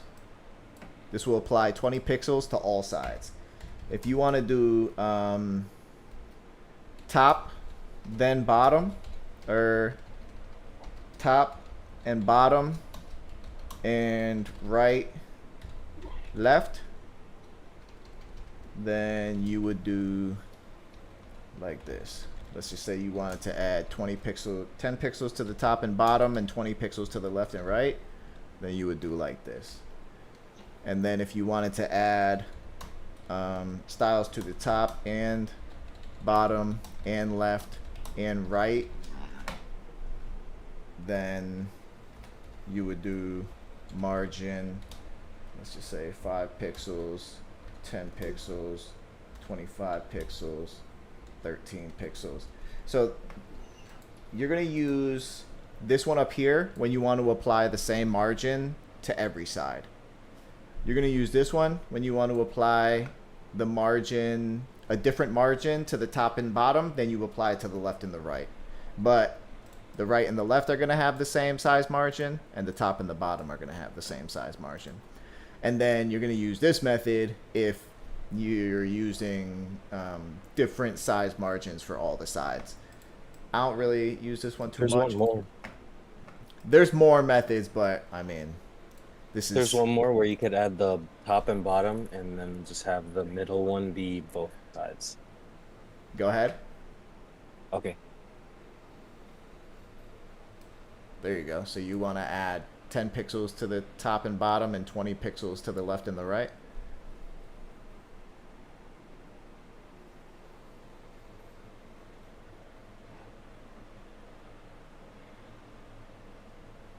Just to be consistent, what's preferable, rem or pixels or percentage? So in your case, you're not going to use pixels at all, because if you look at your button, hold on, remove the margin for a second just so we can look at it without just so we can look at it. So if you look at your button, do you want to add any margin to the top and the bottom, or do you think that it's No, it's not necessary. all right? So set your top and your bottom to 0. All right, and you don't even have to add pixel if you're doing 0. And then try a couple different sizes for left and right. Try 80, try 30, try 10, try a couple different things. And we'll just keep our eye on it over here. So go ahead on comment and let's try out a couple things. All right. So we use rem because it doesn't change with the viewport. It changes with the viewport, but pixels do not. Try 10 pixels.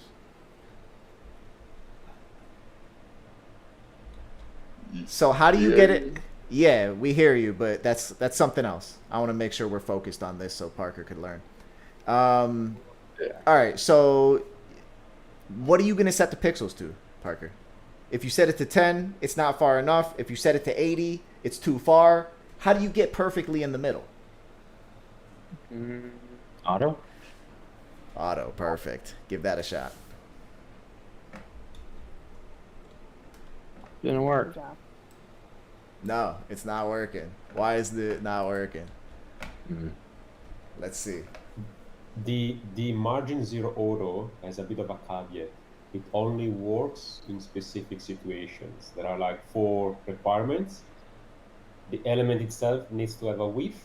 The parent has to have a width.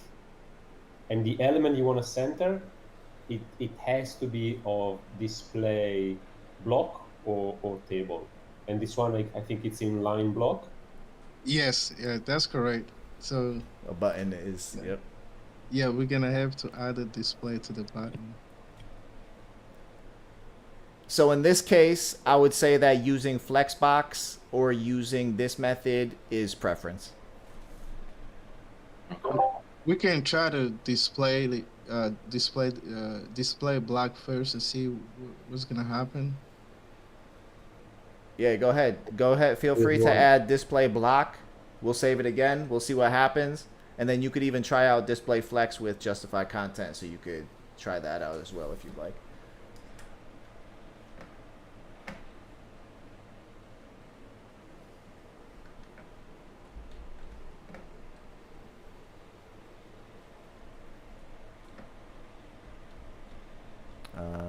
We got a B over here.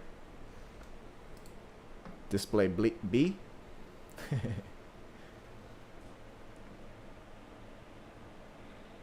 Just do block for right now, and then we'll oops. All right, it's like me and someone else. Like, sorry. There you go. So you could see. Well, that worked. There you go. So that goes ahead and sentence it perfectly. Boom, you're good to go. And then since you're using 2 selectors anyways, I mean, technically you could go ahead and use display. Though, I believe if you were doing display flex, you would be placing display flex on the container, and then you'd be justifying just this one right here, since these are left aligned. So I'd still stick with this method, but you could do it a couple different ways as well.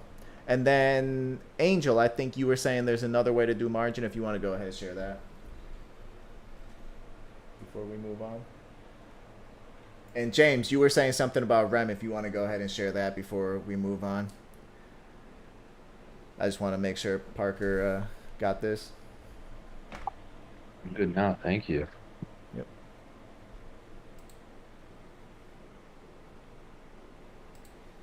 Angel, did you want to share the 4th way?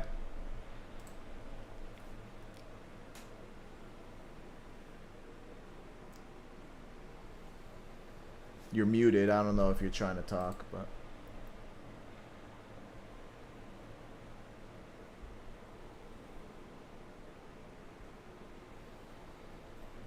So no worries. He is muted.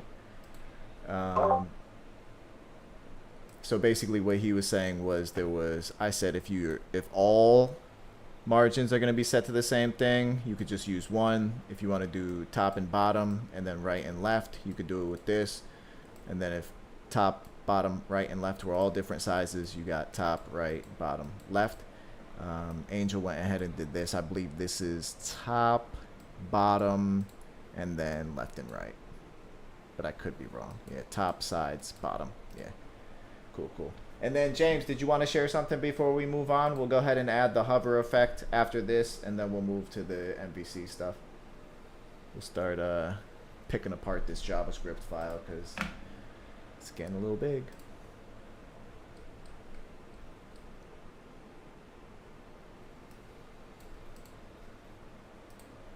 I don't know if you're trying to talk, but you're muted. Oh. Took off.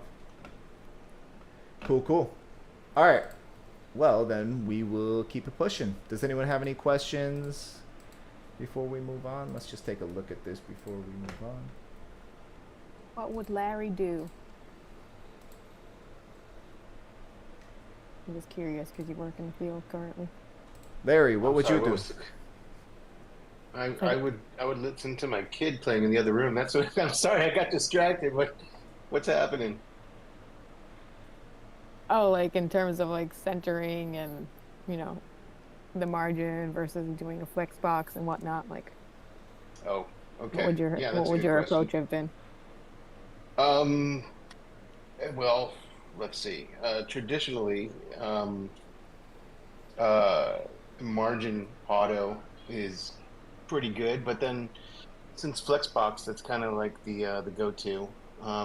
Either way works, but those two are like the two main approaches I usually take.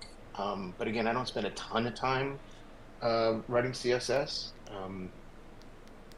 But those two approaches, if I'm already using Flexbox somewhere else, that's what I'll go with. Cool. Thank you. Sure. Cool. Anyone else have any comments, questions? What's up, Harold? Yeah, question I have is about RAM pixel. When do you use RAM instead of pixel? RAM is, we're going to move to actually focusing on responsive. So pixel is going to stay the same regardless of the size of your screen, whereas RAM is relative to the size of the screen. So it's better for responsive, essentially. Thank you. Cool. All right, so looks like everything is wired up and running.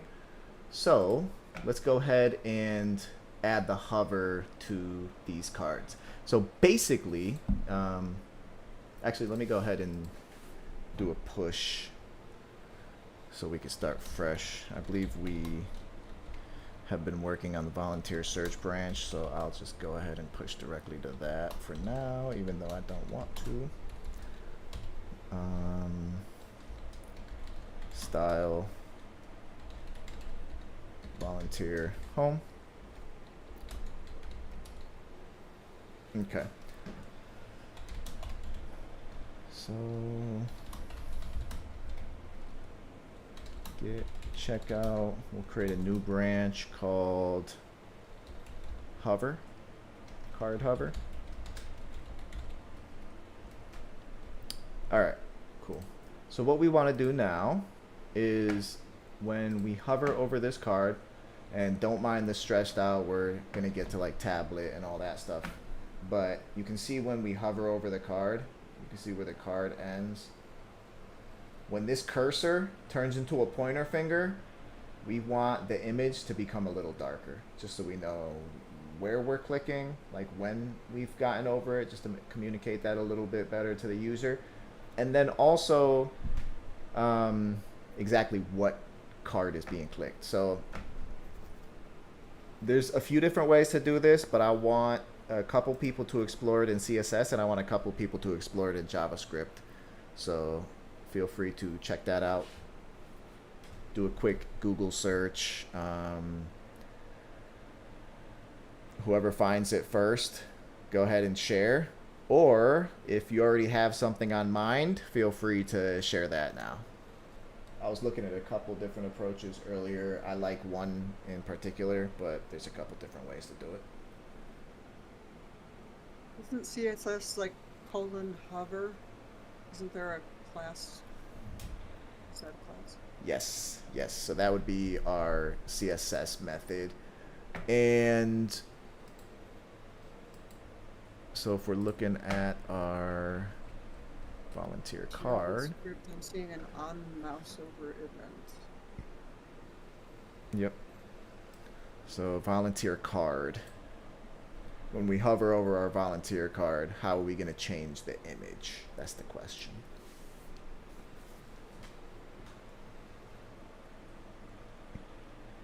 Do we have a class on the entire card div?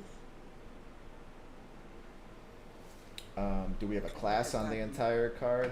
We have. I should look at the actual code, shouldn't I? Yeah, so line 240.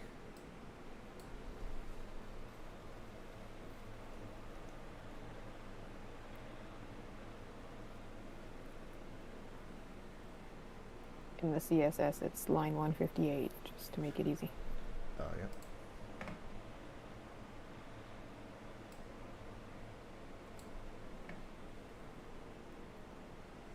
So 158 in the CSS and 240 in the JavaScript.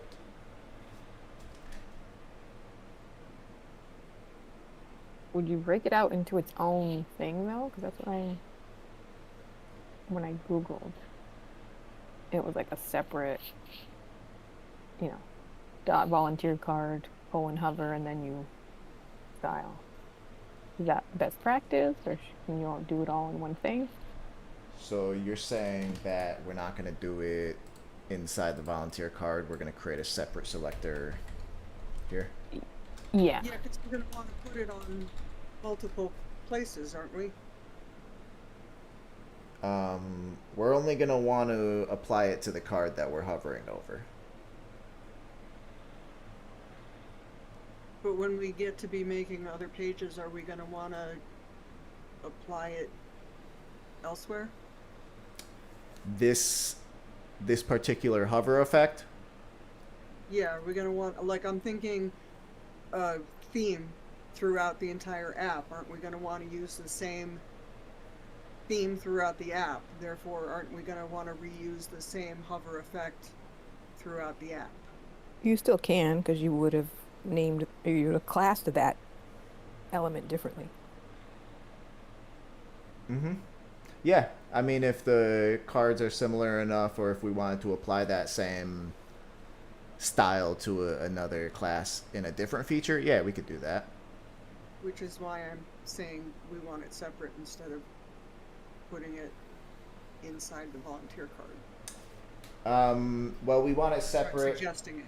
We want it separate because the styles that are applied to the volunteer card just by default will be different than the styles applied to the volunteer card on hover. Logic. So if you look at... No, you don't have to explain further. What you said made sense. Okay, cool. Cool. So Liz, yes, you were correct. We would create a separate selector for it if we're using the CSS method. So what exactly are we going to do? We want... So this is an interesting one. So we want... When we hover over this volunteer card, we only want the image to darken. We don't want the whole card to darken, just the image. But we want the image to darken when we hover over anywhere in the card. So if we hover over the description, we want the image to darken. If we hover over the title, we want the image to darken. So this is where I'm throwing y'all a curveball.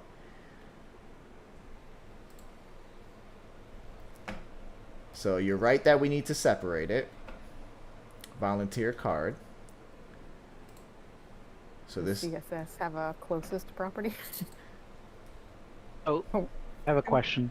you can do it in JavaScript too, but yeah, Can we if someone put wants to explore, dash inside a class? You want us to do it? yeah. So I was suggesting that a few people go ahead and explore how to do it in CSS, and a few people explore how to do it in JavaScript. That way we can see both methods, and then based on both methods, we can decide which one would be the easier method. Liz is definitely onto something, though. So, Fisher, you're asking, do you want us to do it? If you have something in mind as far as the exact CSS code, feel free to go ahead and type that out. All right. Thank you. Yep.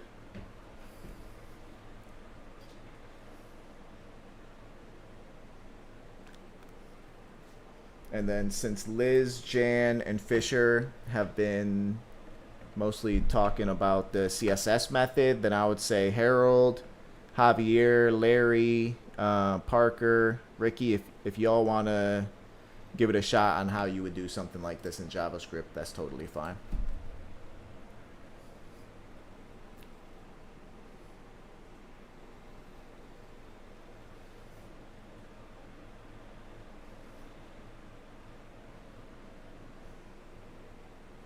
And let me know when you find something, if you find something. They're going ahead and writing the CSS right now, so we'll go ahead and test this when they're done. And for those who find the JavaScript, we'll go ahead and explore Let's see, that. I heard my name. Am I finding a JavaScript solution for hover effect? If you would like to, sure. Yeah, so basically what we're doing here is Liz, Jan, and Fisher are working on doing it in CSS. And basically what we want to do here is we have this div that contains all of our content. It contains our image, it contains our title, our location, the focus, description, skills, but we want the image to darken a little bit. We want there to be like an overlay over the image when we hover over any of these elements here, not just the image. So if you hover anywhere in the card, you want the image to darken.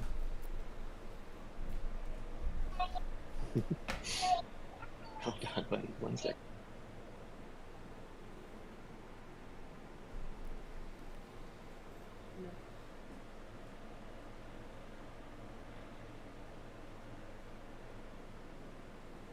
What's going on, Abby? I saw you just popped in here. Welcome, welcome.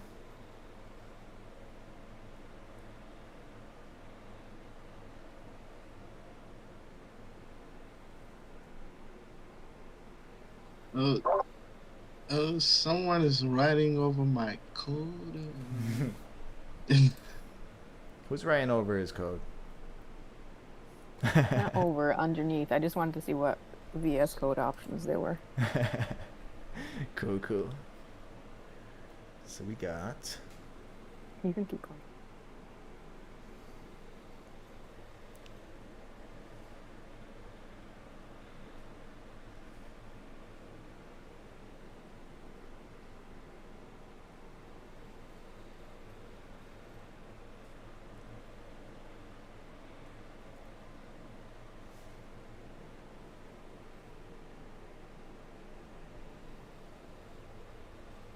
Does vanilla CSS have nesting functionality now?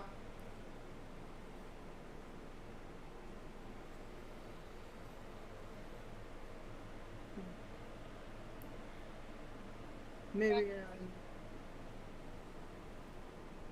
not the right flavor.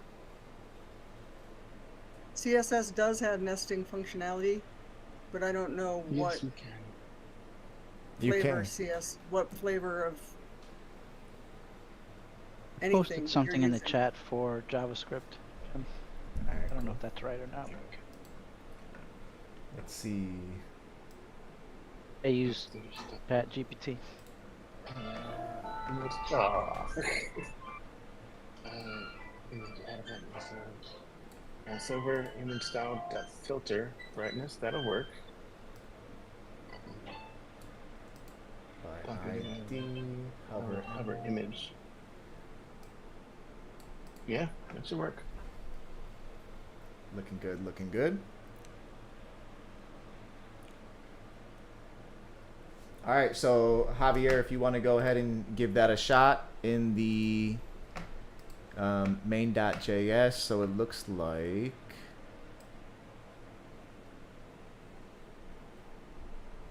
in our render card function, this is where you're actually rendering the card.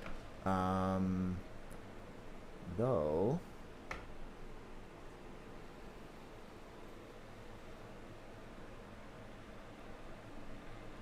so you could do it a couple different ways. Since we did this, since we went ahead and we found the ID, we did the closest, and we actually created an event listener just for the whole section, and we allowed that event to bubble up to the card that we're hovering over. I would challenge you to go ahead and apply the event listener to each card individually, which I think is a little inefficient. If you could go ahead and apply it to a larger parent, but this will give you an opportunity to just keep it simple for right now. So we have our function that renders a card. After the card is rendered, we want to go ahead and we want to add that event listener that you just came up with, Javier, to the card.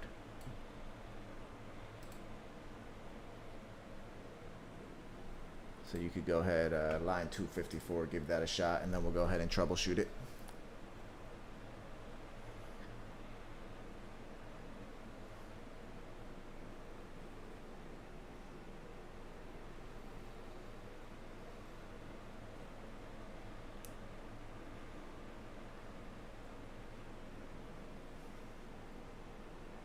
Oh yeah, looks like T deafened herself.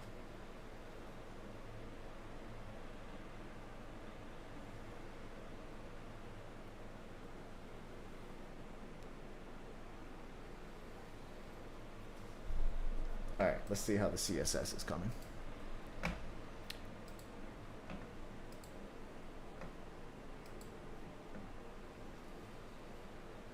So we actually don't want to change any of the default styles of the card. We just want to change the card when we hover. Looks like Liz is giving it a shot as well. Cool, cool.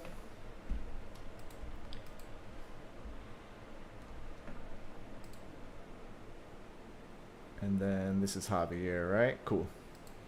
Awesome. I'm going to go ahead and just give this an ID of volunteer card image. Same as the class, since we're going to be targeting it with the ID.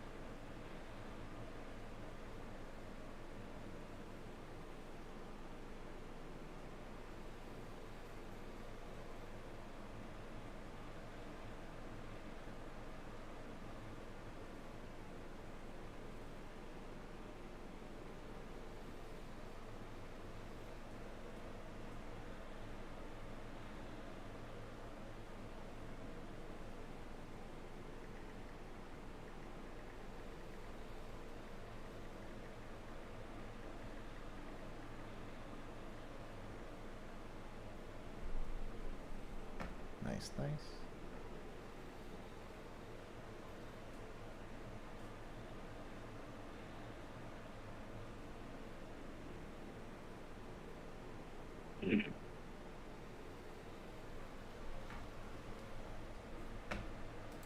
Cool, cool. So let me just ask you, Javier, is the ID of this image hover image, or is it something else? Just to make sure.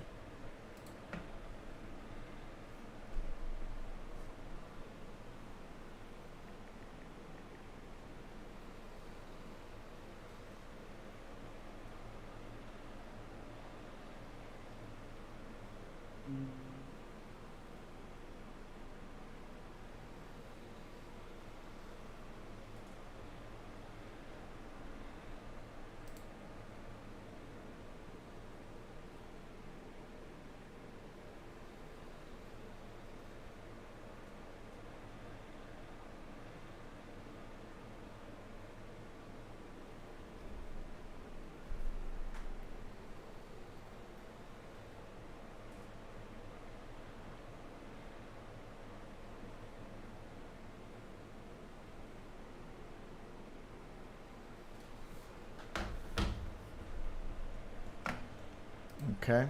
So with this is good. We just have to add something else. I believe we're gonna have to add image too. Since we want something to happen to this image when we hover over the volunteer card. So I believe it's this. And I don't think it's opacity. I think it's I think you could add, like, you could change the brightness of it. That's what Angel found in JavaScript. It looks like he's changing the filter. So I believe you could do, when you hover over image, you could do filter and then brightness at 50% or 80%, whatever you want to do. Looks like we got a couple people trying it out here.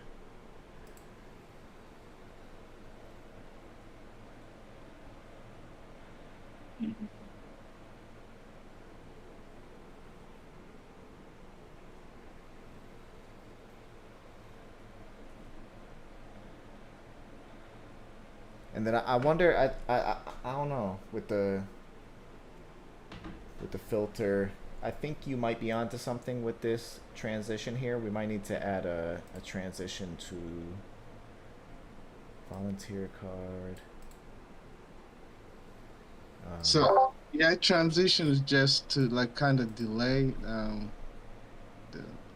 not having like the, you know, the change goes like right away. Kind of have like that 0.3 seconds delay. Mm-hmm. That's just how I like to do it. That's And you add it onto the default styles, or do you add it onto like a volunteer card image? So I will have to add to the image because at first I thought the volunteer card is the actual like card class. So if it is not, this will have to go to the volunteer card image without the hover though, I think, right? Mm-hmm. Yes. Yes, sir.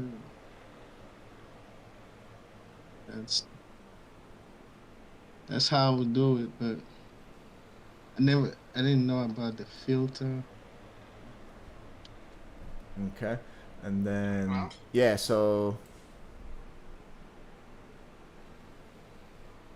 the transition, how many arguments does this transition take? Because you have 2. Since we're changing opacity, we can put opacity here. That way, if it was, for instance, if we were to transition, for this opacity, we just put the name here. That's the how long it's gonna take. This is what do they call it? Transition? Mm-hmm. I forgot what they call it, but I know there are 3 of them: easy, ease in, and easing out. So. Mm-hmm.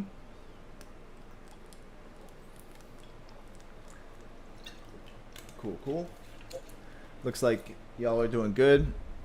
You pretty much have it. It's a little. Go ahead and uncomment this opacity. We'll go ahead and try it out the way that you guys have it, and then looks like Liz was working on something down here. That's totally fine. We'll try it like this, and then we'll go ahead and try this JavaScript. So what do we have here? So we have const image document dot get element by ID volunteer card image. So that's good. Image dot add event listener, mouse over, on mouse over, you are changing the image's style, and you are changing the image's style filter equals brightness. Okay, I was thinking class list, but this could work too. So we'll go ahead and try this out. So there's one major problem that's not even going to allow us to test it out, is because we're returning this before we even have a chance to add any of this stuff. So let's see.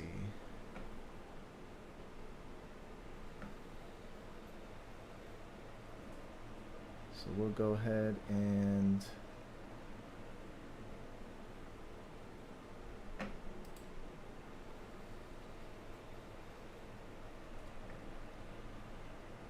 so this is going to be a little bit more challenging, because right here we are rendering this card and we're returning the card. So from line 238 to what was line 252, we were basically creating a card for every volunteer opportunity in the list.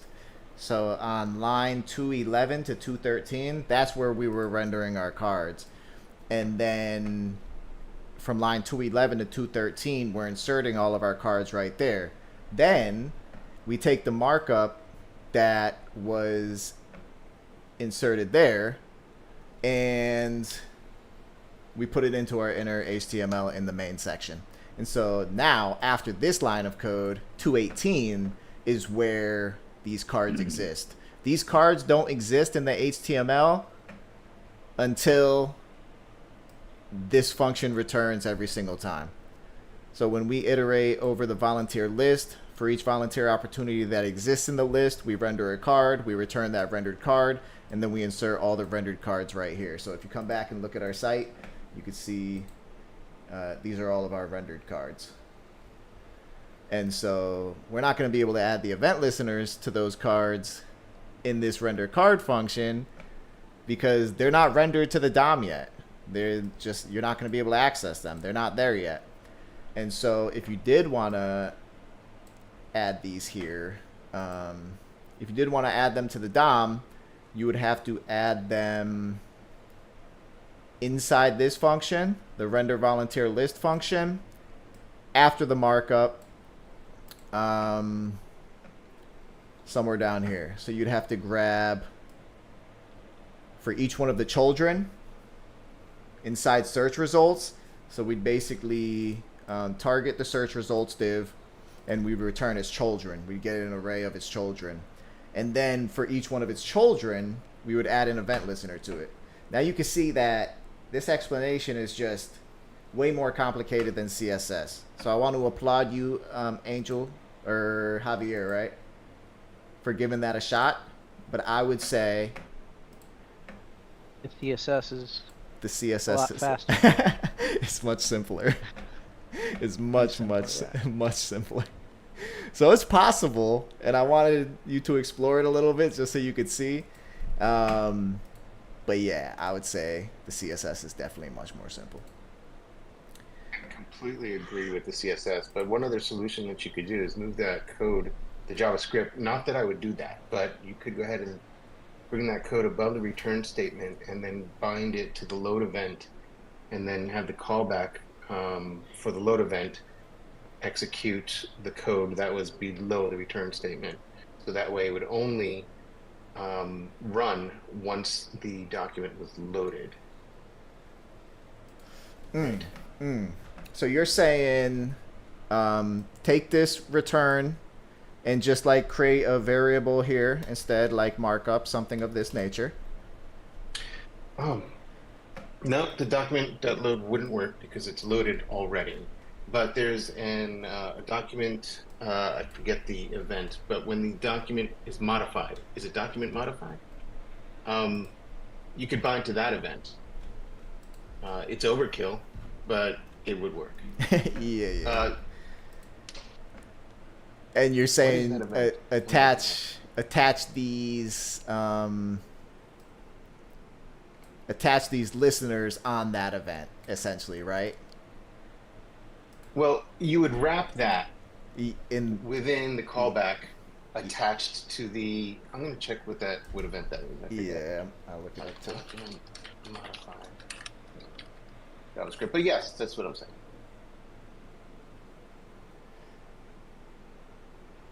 Yes, so that makes sense. Is it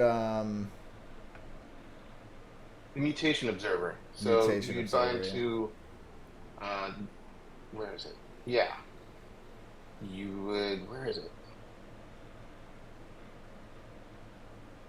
Node, node.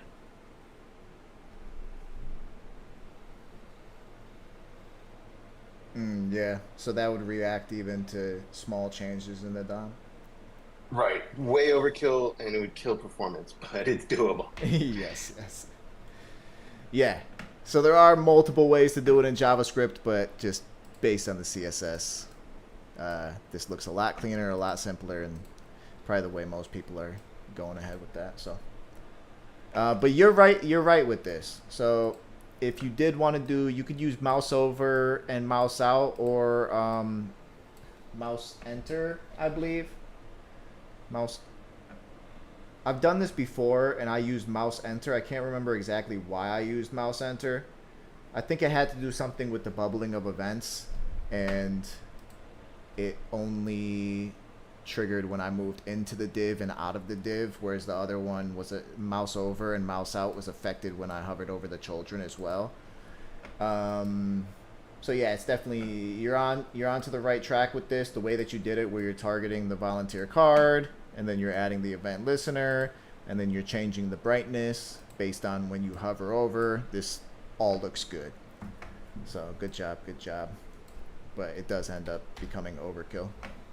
So let's go ahead and try out this CSS that we have here. So we have our volunteer card. Nothing was changed here. Then we have our volunteer card image.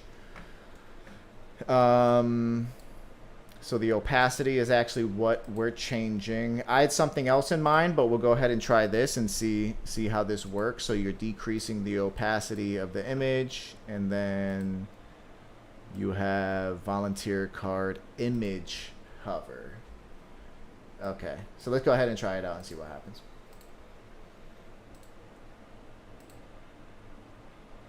All right, so we're not seeing anything right now. Does anyone know why? Take a guess. Is it because we put the image before the hover? So it's not working when we hover over the card, Were the but styles applied to the entire card? good question. So if you look at this one right here, this volunteer card space image hover, this is saying when you hover over the image. So if you look Yeah, I at, thought that was isn't that what we're doing? no, we want the image to change when we hover over any of these, anywhere in the whole card. So if we go ahead and look at the elements, so search results, so like anything that's blue right now, basically the title, the location, if you click inside that blue, basically, and then there's a little spot. Yeah, so we have a little margin at the bottom where it just wouldn't work. So there you go. You're already changing it. So this is not it, but good shot. There you go. Now you're onto it. Try one more time. Let's see. So do we want this to happen when we hover over the image, or do we want it to happen when we hover over the card? There you go. There you go. All right, let's try this out. There you go. Is it doing it double on the image now? It's actually Or is that doing just- it's doing it over the whole image, so I mean, it's doing it over the whole card, so we don't want to do it over the whole card. We want it just to happen over the image. There we go. So now we know, like, all right, we're hovering over this. So that's obvious.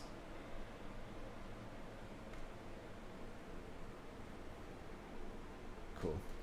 And then it doesn't work when I'm in mobile view. That's why I expanded it all big. But all right, cool. Good job. So we got that done. I'll go ahead and push this into the project. That was just a quick little edit, and then we'll go ahead and we'll start chipping away at this JavaScript file and pulling it apart. Does anyone have any questions on this right here? I have a I know we very spent a quick little bit of question. time on it, but oh, go ahead. My question is really simple. The opacity says on the first one, period 3S. How come on the second one it's point or period 5 and there's no S? Not. So these are actually two different. These are two entirely different selectors, and we're doing something entirely different with each one of them. Do you want to go ahead and explain who added the transition? Do you want to go ahead and explain what opacity means here?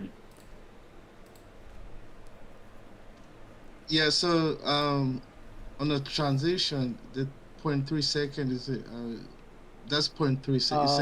Okay. Yeah, Seconds, 0.3 that's what that seconds. So that's like 0.5 out of 1. It's like 0 point. I just go by. Or you can do like 300 milliseconds. Gotcha. Yeah, so this opacity 0.5 is how much the opacity is going to change, and this transition opacity 300 is how quickly that change is going to take place. And how well, this one is which one we're targeting. This is how long it's going to take place, and this is how it's going to take place, like the style, because there's different styles too. So this is more of like what and how. This is like how it's going to change.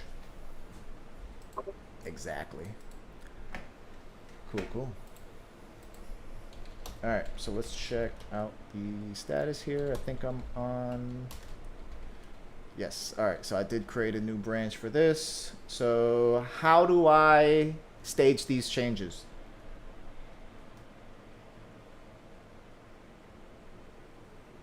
Hit status first. Yep. Check it out. Let's just check our JavaScript to make sure that we cut out that other stuff. Yeah. Yes. Okay, cool. Are we keeping the community code under the basic one? Say that again? Are we keeping under the CSS? Are we keeping this right here? You're really hard to understand. On the CSS. Uh-huh. There are some semantics that I would keep in them. Oh, you want to cut this out, you're saying? Yeah. Yeah, do your thing. Good catch.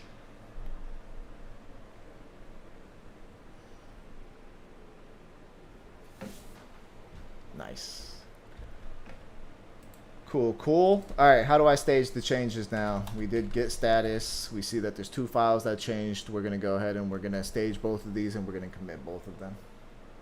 Git add space dot. Yep. And then how do I commit? Git commit -m comments. What did we do? We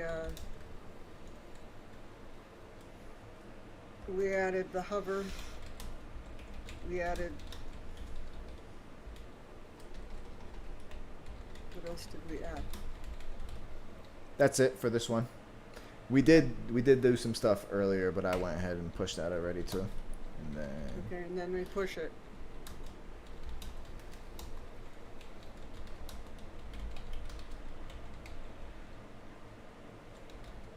cool.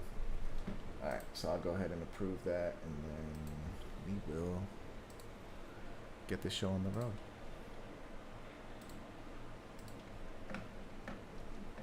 Cool. Card hover into volunteer search. Cool. Completed as a group.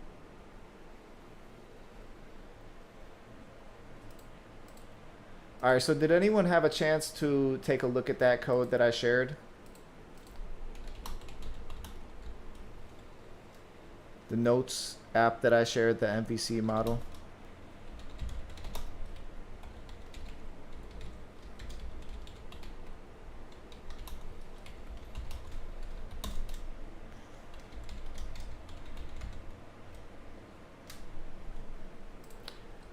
I'm gonna go ahead and post it again just so everybody has access to it for sure.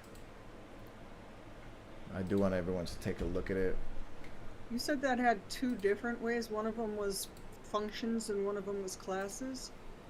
This one is classes. I have another project I want to share with everybody too, where the model and the controller are all pure functions and no classes. That one I want to see.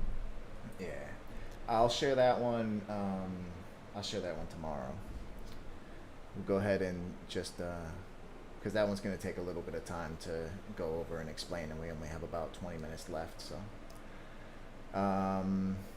yeah, and I'll go ahead and actually create a repo for it in GitHub, and yeah, it'll take me a little bit of time, so I'll do that, and we'll be ready for tomorrow with that. But we have the notes project here with the MVC built in. So we have the main, which was just where we're importing our app controller. We have our controller, which is the class, contains all the business logic. And then we have our notes API, which is another class. Ricky asked a good question the other night of why are we using all static methods inside of here? Like, why aren't we creating an instance of this class? We're just accessing these methods directly. And it turns out that just looking at this, there's no properties, there's no fields. Like, we don't need an instance of this class to use these methods. Whereas with the notes view, you can see that these methods within the notes view are highly dependent on there actually being an instance. So that it's highly dependent on, if you look at our constructor, what I just highlighted, we have fields in here. So we have properties on each instance of the notes view that the methods within the notes view are dependent on. So if I execute this, let's see, not this one actually, but update notes list, you can see that it's dependent on a property of a running instance. Same with here. Same with here. Same with here. So we only have access to these properties when we have an instance. And so as far as I can see, that's the main reason why we're actually using an instance of the notes view, and we're using methods that are called on an instance of the view and not just on the actual class, like these static methods here. I could go ahead and open it up in my code editor too, but I do want everybody to just kind of go through this code independently and try to analyze it and understand it the best they can. Nobody had a chance to go through and just kind of take a look at it and understand it? Does anyone have any questions on it?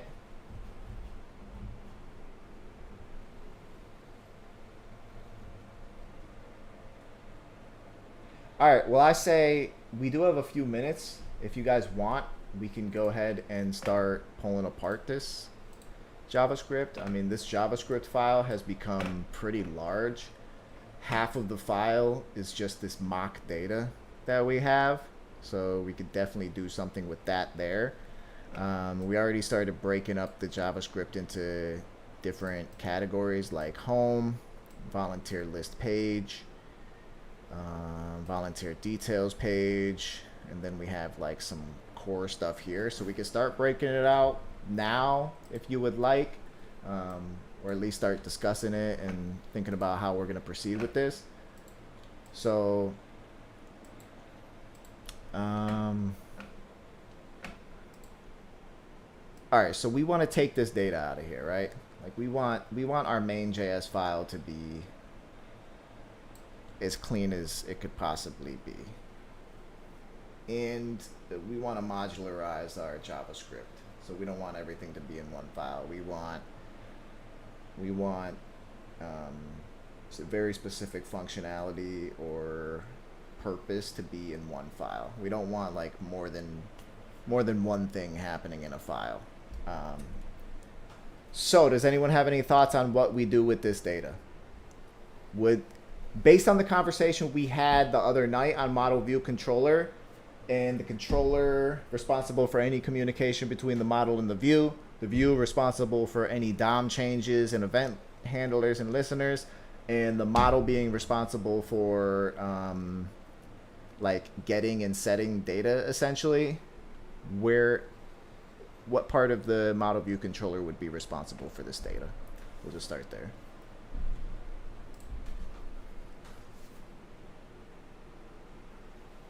Model. The model, exactly. Exactly. So we will go ahead and we'll create a model.js, but we're not going to put that data inside the model.js. We'll put the data somewhere else, and I'll let someone else do it. So we'll just say data.js for now. Eventually, when we add the feature where nonprofits can enter their own information and create their own basically like opportunities for volunteers to search, then we'll go ahead and add that to local storage or just something on the front end to stay within the scope of this project. But for now, we could just put it into data.js until we add that feature. So does someone want to go ahead and take our volunteer list and post it in the data.js? So we're going to get some errors when you do this. That's totally fine and it's expected. So go ahead, give it a shot. We just want to take this volunteer list and place it inside the data.js. I got it. Yep, do your thing.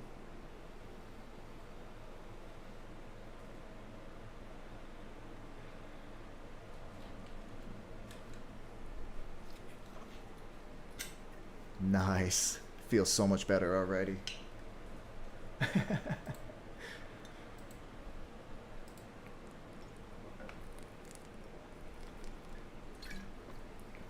All right. Let's save that. Now, let's check out our site. All right, now I'm going and I'm clicking on this explore button and I'm getting errors. So in our main.js, we're getting an error. It says volunteer list is not defined on line 41. So let's go to line 41 and what do you think? Why are we getting this error?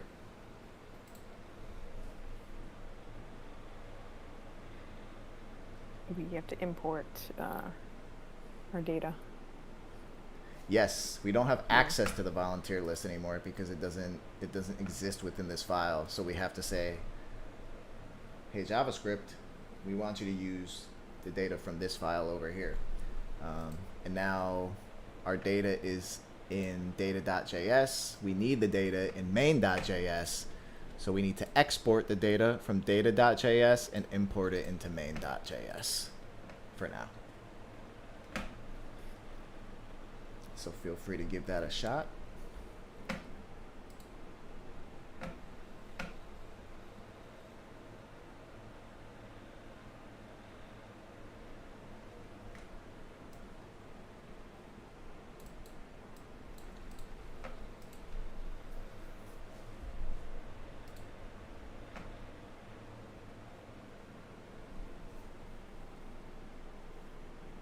All right, I'll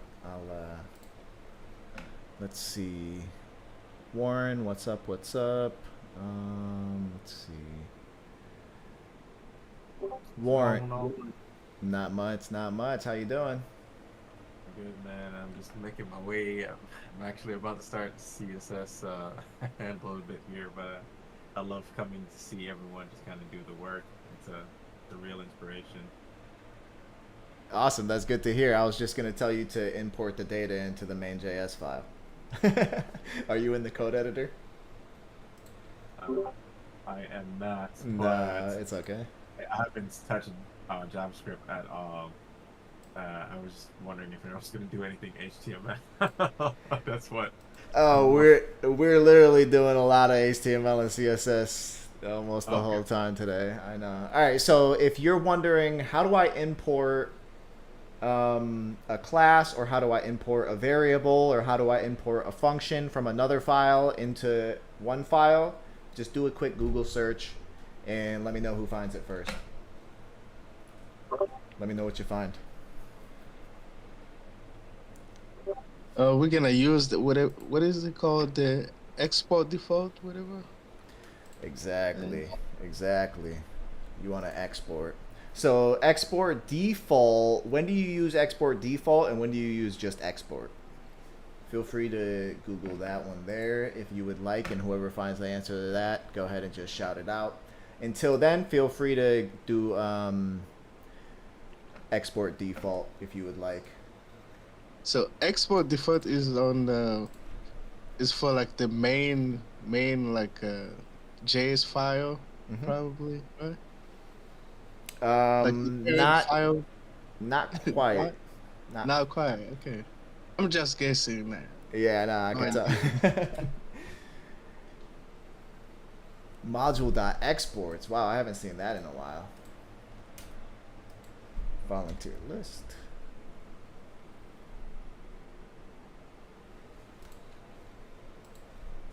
Cool. So we got module.exports. We'll try that out and see what happens. Not good or good? Just old. I just haven't seen it in a while. But I believe it works, so yeah, no sweat. I've used it within the last year for sure, but most of the time I use a different method. But it's all good. All right, and then someone go ahead and import into this file. So we have to export from the file that we want the data from, and we have to import from that file as well.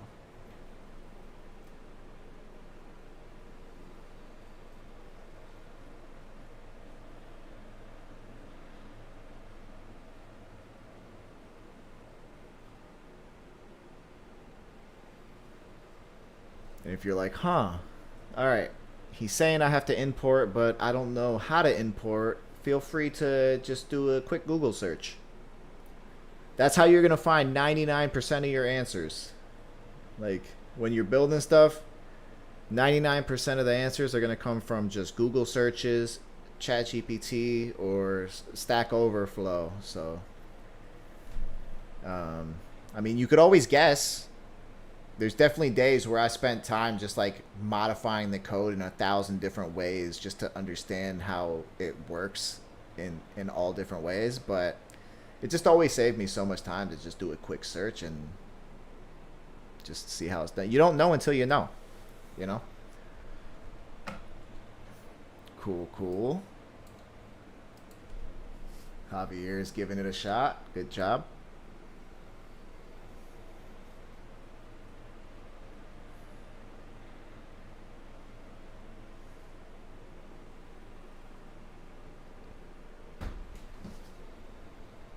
All right, so you're importing what from JS?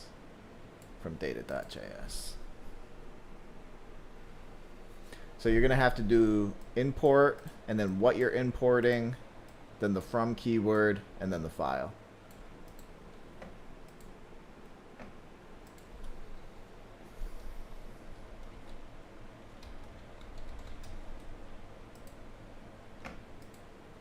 There you go.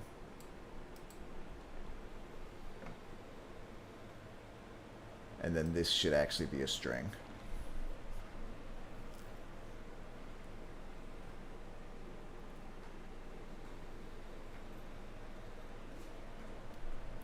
Do you mind if I talk about the default imports before we get too focused on something else? Yes, do your thing. Okay, sure. So default imports or a default import or export would be kind of the main export of a file. So one JavaScript file can hold several we'll call them symbols. It could be a class, it could be a symbol, or a function could be a symbol. These are all exportable items, and they can all be exported, but only one in a file can be the default. So you can type export default, and then you can just start, writing a class or a string literal or a function, an anonymous function, doesn't even need a name. And that becomes the main export of whatever, of that file. When you're importing it in another file, you import it, and the syntax is slightly different. And you're just going to skip the curly braces around the import name, and you're calling it whatever you want. It doesn't matter what you call it. That's essentially creating a variable name. Whereas with a named or non-default export, you're exporting the name itself, and when you import it, you have to import that name in curly braces. I think you're effectively destructuring the object when you're importing it that way, but the important thing is to remember that curly braces is the syntax around non-default imports, and the names match, versus the default export. You can export it without even assigning it a name, and you don't use the curly braces when you import it in other files.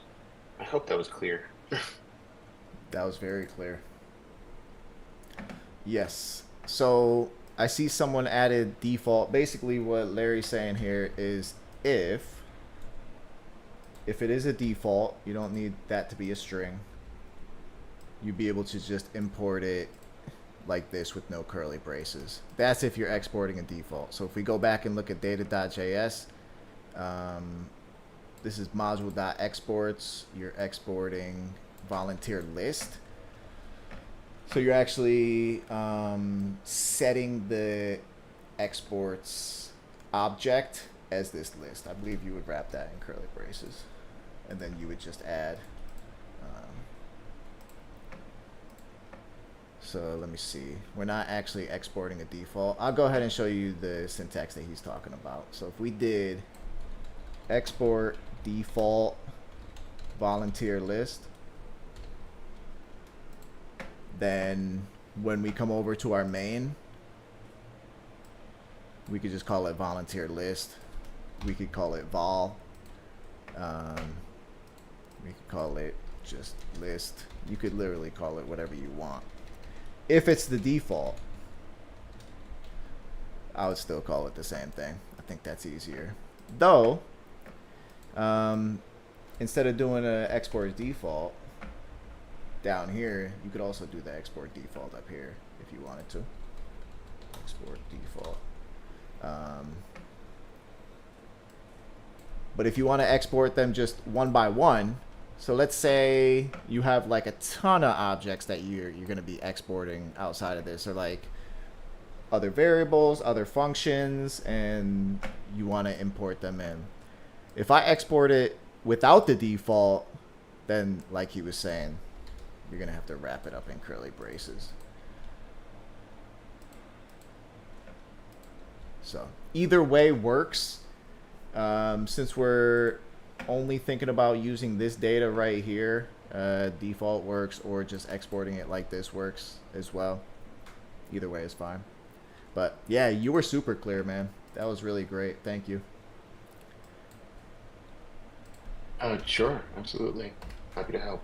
Yeah, for sure. Cool, cool. So we have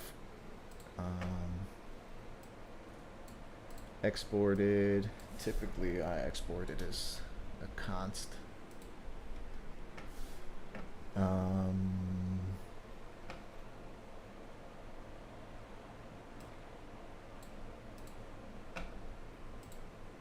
then, all right.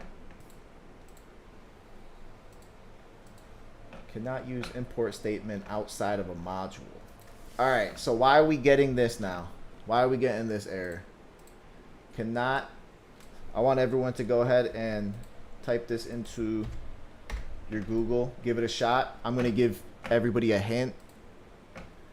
And so we have our HTML file here. Feel free to do these searches while I'm explaining this. And we're importing our main script into here. And by default, HTML doesn't know that we're using modules. And so we have to clarify that we're using modules if we're going to be using modules.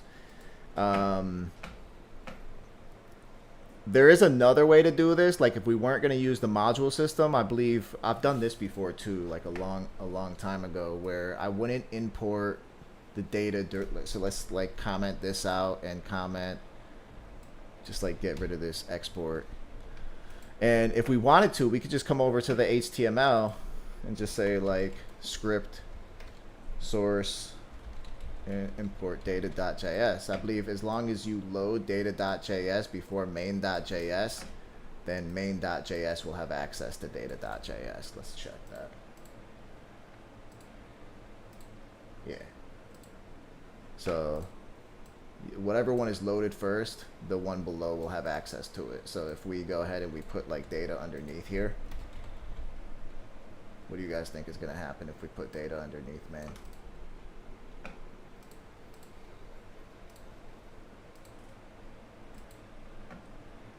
We're actually still able to access it, so that's cool.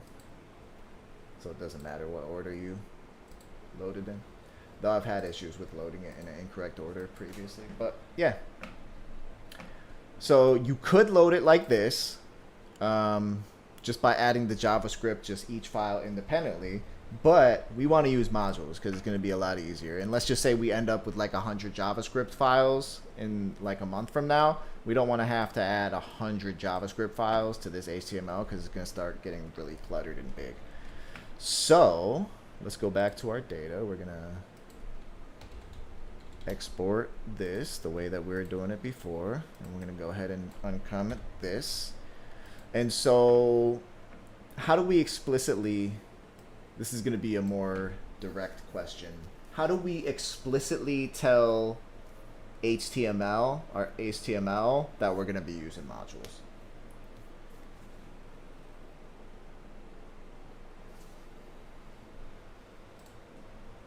Or another search would be like, how do I use modules with HTML?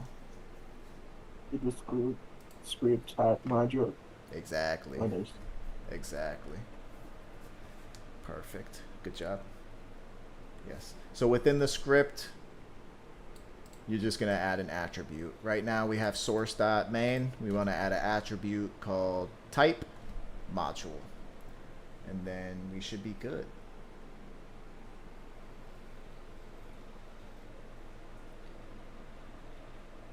So I'll go ahead and add it. It's 9 right now, so type module, that should be good right there. And now we're exporting our data. We're importing our data right here, and it should be getting it.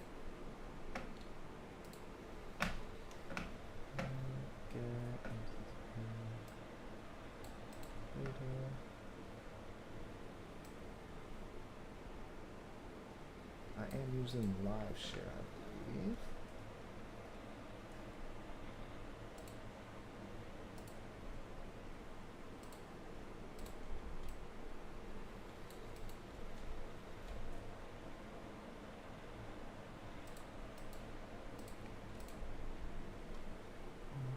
Import volunteer list.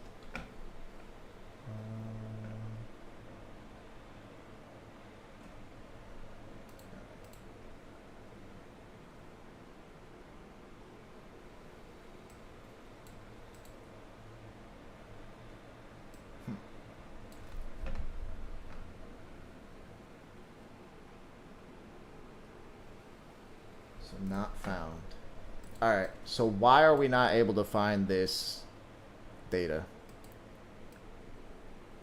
I'll give you all a chance to take a guess. It's 9:01, so I'll probably just tell you if no one knows off the top of their head, though.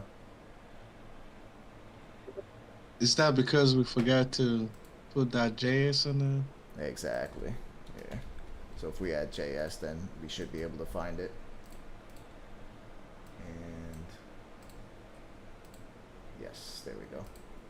All right, cool. So the module system is now wired up. We're going to start chipping away at this main.js and extracting it all into different files as the week goes on. Tomorrow, we're going to look a little more closely at the notes.js.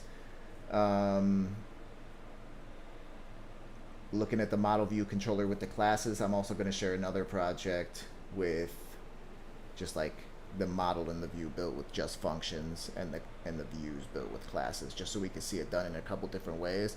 And then we'll start discussing how we want to pull this apart as well. And we'll start pulling render home and render volunteer list. We'll be converting these into classes or views of their own. And then eventually we'll see that among all of our views, we're seeing methods, we're repeating methods in all of our views. And so we'll go ahead and we'll create an abstract class that we'll use to create all of the other views. So yeah, there's a lot to do. And yeah. Does anyone have any questions before we hop off? I'm going to be hopping into the data structure algorithms in just a minute.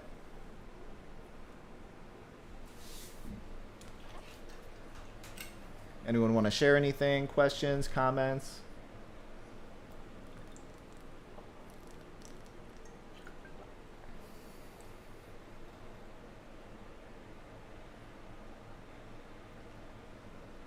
Alrighty.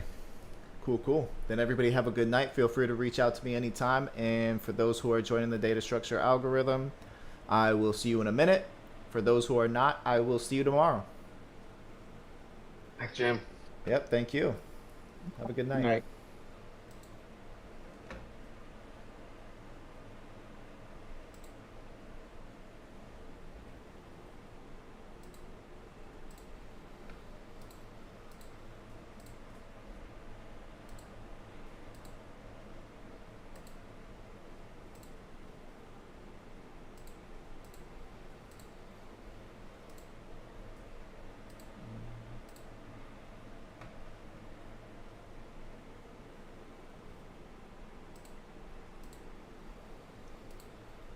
Hey, what's going on? Yo. What's up? All right. We'll give everyone just a few minutes to trickle in. Typically, we have people popping in until about 9:10. I actually solved one of them today, so that's nice that I was able to find some time to do that. Looks like we have someone new. B. Looks like you got a flaming picture there. What's up? How's it going? My name's Ben. I'm a recent boot camp graduate, but looking to get some extra practice with some data structures and algorithms for getting ready for technical interviews. Beautiful. Welcome. How was the boot camp? Which one did you go to? I went through General Assembly, and it was tough. It was only 3 months to cram all that in, and it was tough, but it was a lot of fun. What did you cram in? Let's see. The first 3 weeks were first 3 weeks was JavaScript, HTML, CSS. Then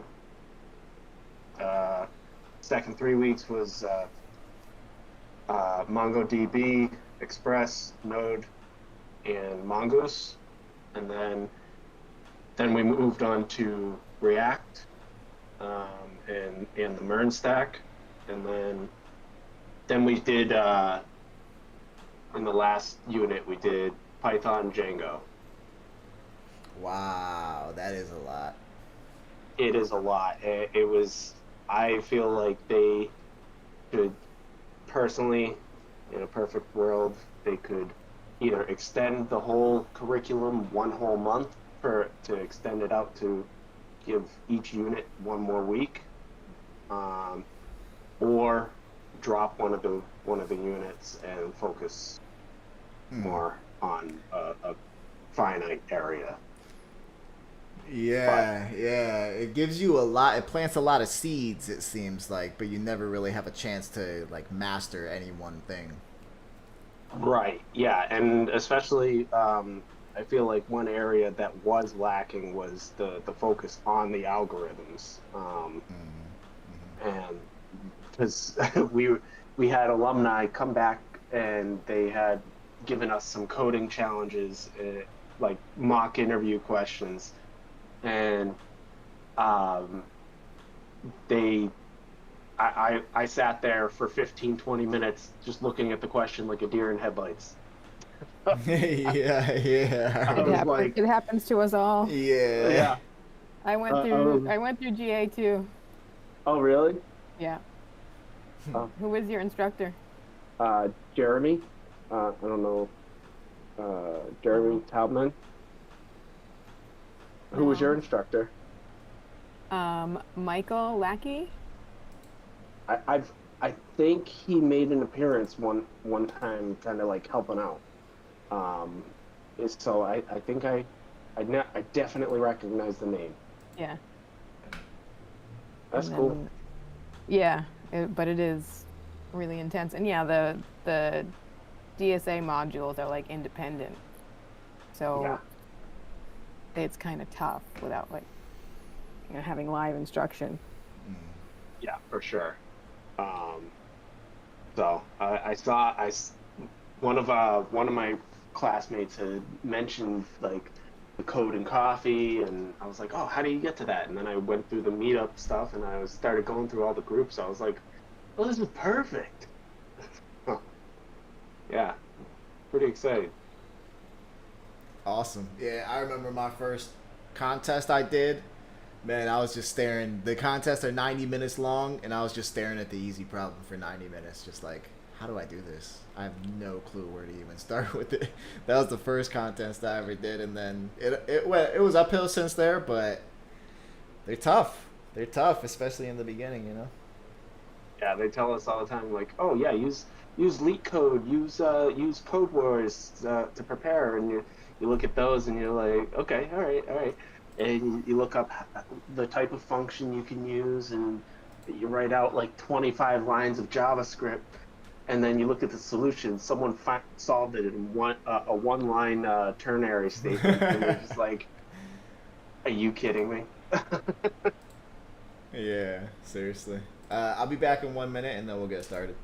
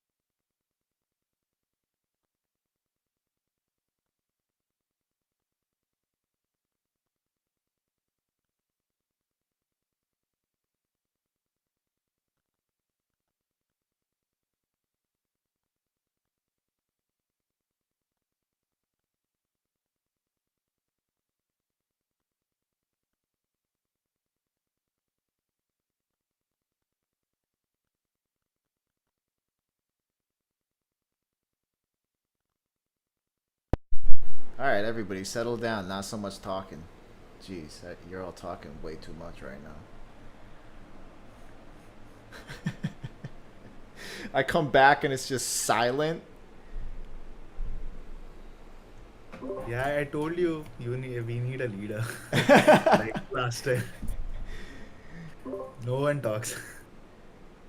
If I was in, I put myself in your shoe. If I was in like someone else's random event, I'd be talking the whole time. If they were like, all right, I'll be back in a few minutes, I'd be like, "Where's everyone from?" I'd be asking questions. Man. That's funny. Every time I come back though, it's just like everyone's muted. Yeah, I mean that's like it's like I used to think that like when in future, like after 5 years, there'll be like those AI models who will be basically controlling these sessions.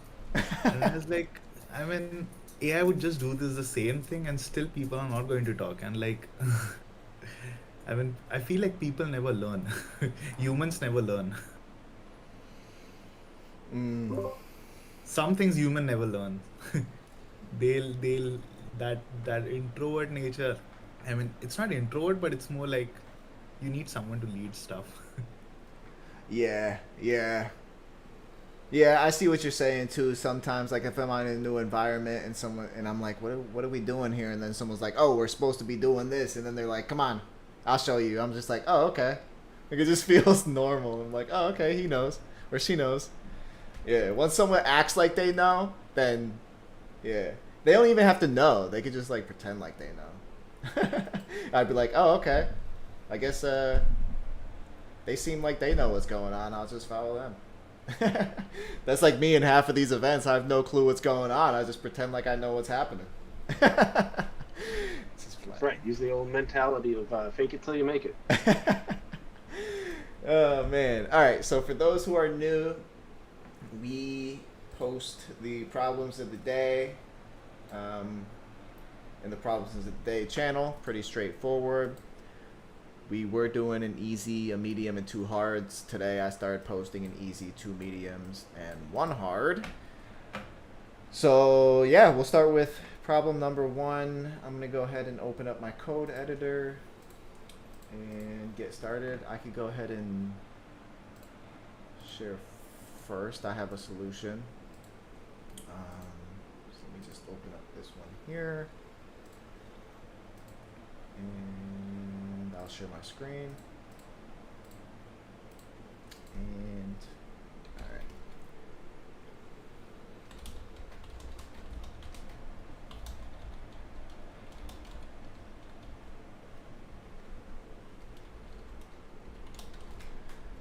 Alrighty.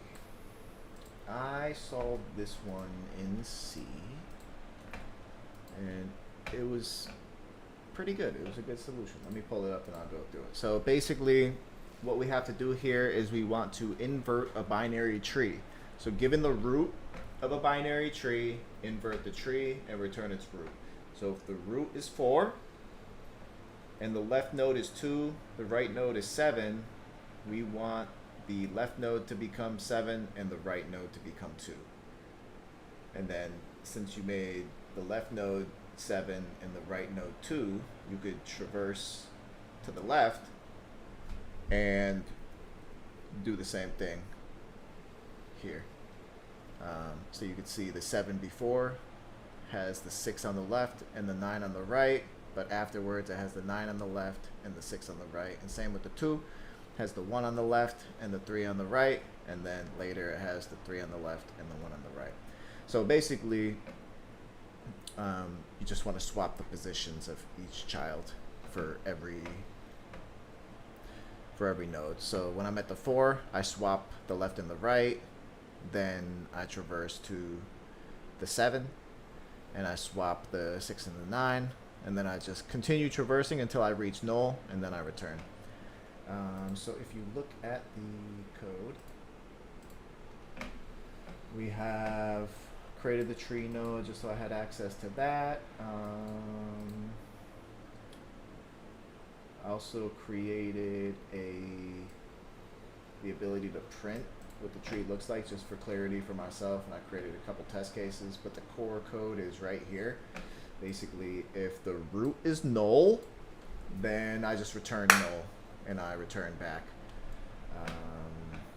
But the way that I swap the left and the right children is I create a variable called temporary. That variable is a pointer to a node, to a struct, and I store the left node inside of that. And then I replace the left with the right, and then I replace the right with the temp, which is root.left. And then I traverse the tree. So I do the same thing for every single node. I run invert tree on the left, which is actually now the right, and I run it on the right, which is actually now the left. And then I continue traversing it recursively until I reach the bottom of the tree, and then I return, and yeah, that's it. It's pretty straightforward, pretty simple. Actually challenging if you're not familiar with trees, but pretty straightforward and simple if you understand trees. Does anyone have any questions?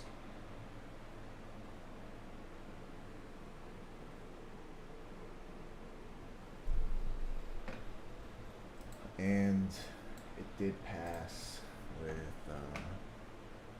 if we go ahead and run it, wasn't the best, but it was good.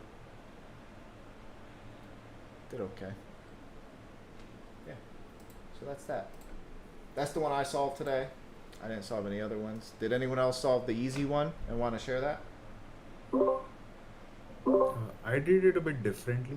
Like not exactly, but I mean the concept is the same, but like I basically didn't like the calls which I am making are more like this. Let me show you. Okay, let me stop Let sharing. me know once you guys are able to see the screen. Yes, you can see. Let me just test this thing. Okay, yeah. So like the way I am doing is, it's pretty much the same I did in Python. It's pretty much the same, but like here itself I'm making those recursive calls. Like the swap itself I'm making the recursive call. And then ultimately I'm returning the current, and then I'm just returning this function. So that's the only difference. I mean, it's exactly the same what you did, just minor change to it. Okay, and then this is Python. Yeah. You can do the same like in your code as well. Create a function specifically for traversal. No. So in your code, what you're doing is you're basically swapping here without any recursive calls, and then you're making these two recursive calls out, right? You can just replace those swap here, like instead of temp is equal to current.left, just make that call here itself instead of making that call outside. You're making the call outside, right? Yeah, just make the call here itself. So that will basically swap it there, like it basically attaches that tree to that temp, and then it will keep on doing the recursive till it reaches the leaf, and then it will return the result to the temp, and then the same thing for right, and then swapping this temp value which you have returned recursively to the right, and then return the call. Gotcha, because you're returning the current. Okay, yeah, that makes sense. Yeah. Cool. Nice. Yep, that's it.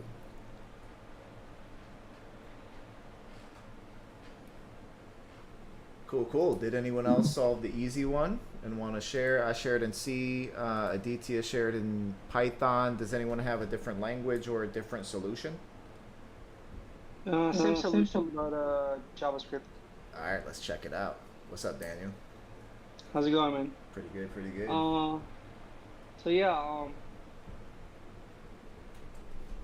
So yeah, it took me a while because I don't do lots of tree problems, but yeah. So basically, you just check if the root is not null. If the root's not null, otherwise just return it. But basically, what you want is you want to swap left and right. So the idea is that you call recursively, and you pass right as left and left to right, but right is like how to explain this? Like this is temporary. We could have done the same thing by doing something like this, like root left, invert 3 root right equals root right invert. I think this probably works too. Not sure. Maybe it doesn't, but let's see if it does. Probably not. No. Yeah, I don't know. But anyway, basically just switching, right? You have a you're holding the left node in the temporary variable. Then the left one becomes the right recursively, and the right becomes the left, which is temporarily stored here. So yeah, and then you return it. So but it's pretty much this, and I did this console log here. This took me a while to understand like how to structure this. But yeah, the first one 4 7 9 6 2 3 1. The second one is 2 3 1, which is normally 2 1 3. And the other one is just empty. I think, yeah. That's it. I don't think there's anything new. It's just like you're doing it like recursively, calling the thing and switching left and right. But you can't just switch. You can't do like this root left because you just change left to right. So that's why you use like a what we call a temporary variable to store the value from the left. Yeah, I guess that's pretty much it. It's pretty straightforward. Simple enough. Thank you. Yeah. Thanks. Cool. Anyone else have the easy one? Yeah, I have one iterative solution. Let me share my screen. Using bitmap, right? No, not yet. Okay. There is a iterative solution to do using bitmap as well. Yeah, you figure out that one. Can you see my screen? Yeah. Yes. Yeah, as Daniel, it must work for JavaScript. Like you mentioned that, like you swap the right and to the left, and the left into the right reference.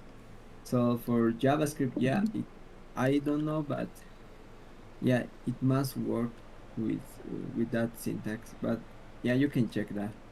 Yeah, I think.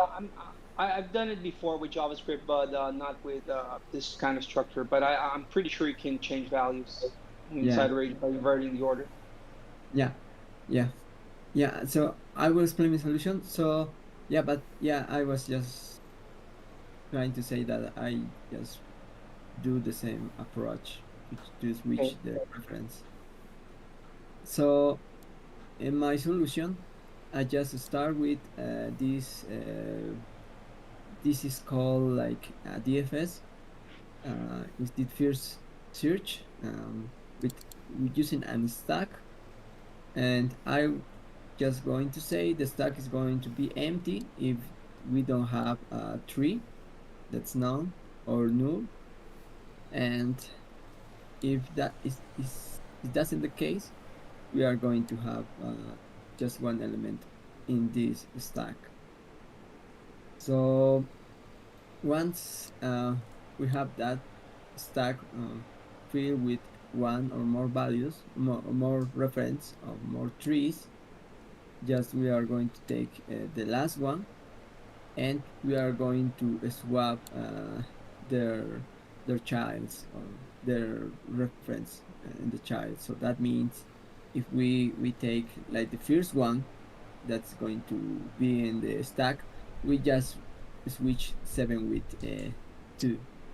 The reference, I just want to tell you, when you are working with reference, that means every time you create a new object, you have some address or direction, like is according to each programming language, it's going to be like some a value where the object is saved. But yeah, we do that. Once this is done, I just add to the stack their childs, and either if the left or the right. Yeah, and I will do that until the we don't have a tree with childs. So that means it's going to end in these kind of trees that are going to be like the leaves, because these don't have any child. Yeah, that was my approach for the first one, just in a iterative way. Yeah, Fernando, a nice solution. You mentioned it's called depth first search. Yeah, is Yeah, you can you can talk about it? is DFS. Yeah, like I heard about it before, but I never really tried anything with it. Yeah, Because it's not very easy stuff for me. yeah, I can share this link. It's like it has a good explanation. Okay. It's there are two ways to do this. It's like some kind of mm, some kind of way to visit the tree or to take these values. Yeah, yeah. As idea was mentioned, is also a pre-order transversal. Yeah. Okay, so you basically like say traversing a search. Okay, I can read that later. I don't want to waste anyone's time. Yeah, Daniel. So like, what Fernando is showing is basically depth first search, and within depth first search, there are like when it comes to trees, there are three different types of traversals: pre-order, post-order, and in-order traversal within depth first search. Okay. Yeah, thanks for the explanation. I'm gonna read about that later. Yeah, no problem. Cool. Thank you. Anyone else have the easy one they want to share?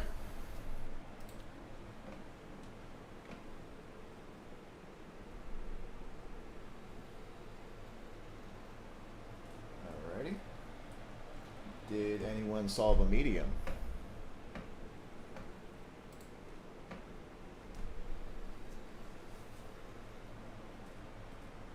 Yeah, I did. Which one? I mean, I did both mediums. Oh, okay. Because, yeah, I can show the first one for like the subsets one first. Mm-hmm.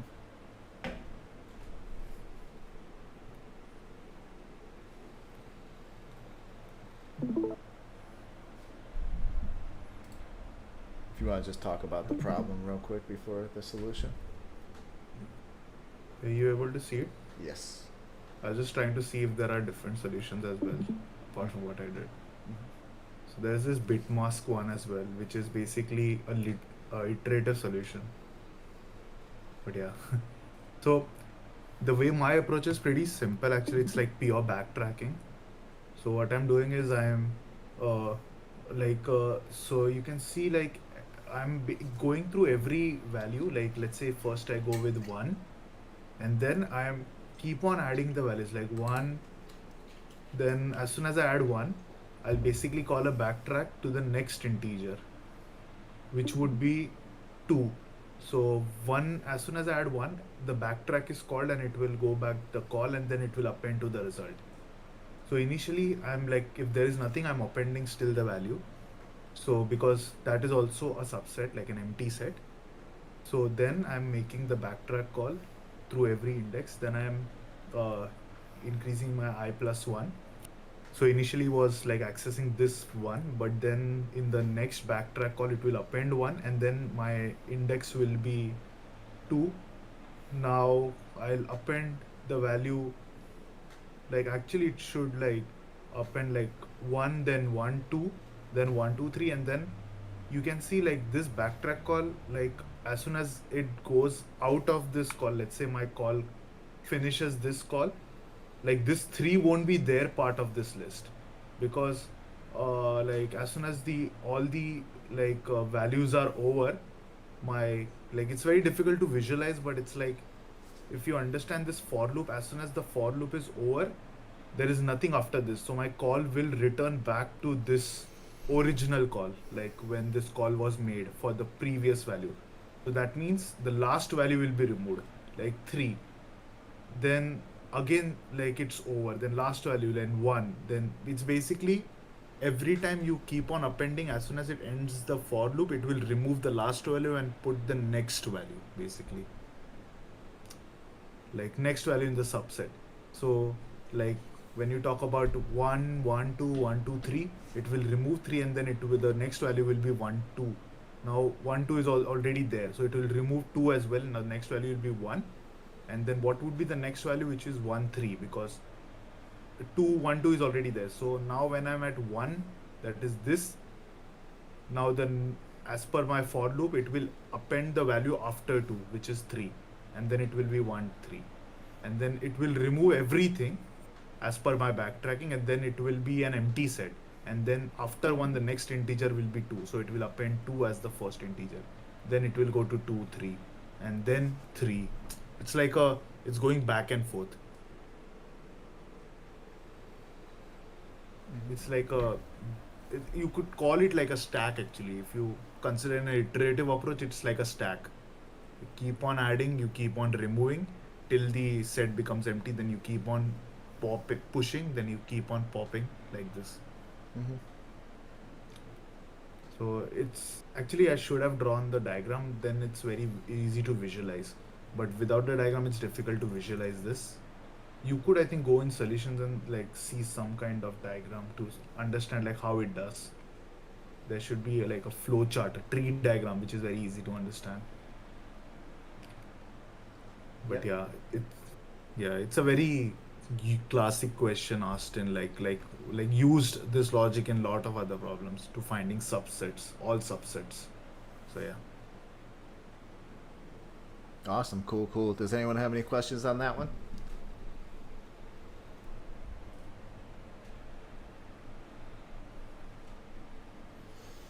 Did anyone else have a solution to that one?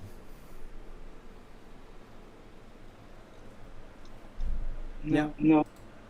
I have one solution. This is for the subsets problem. Yeah. Mm-hmm. Okay. Let me share my solution.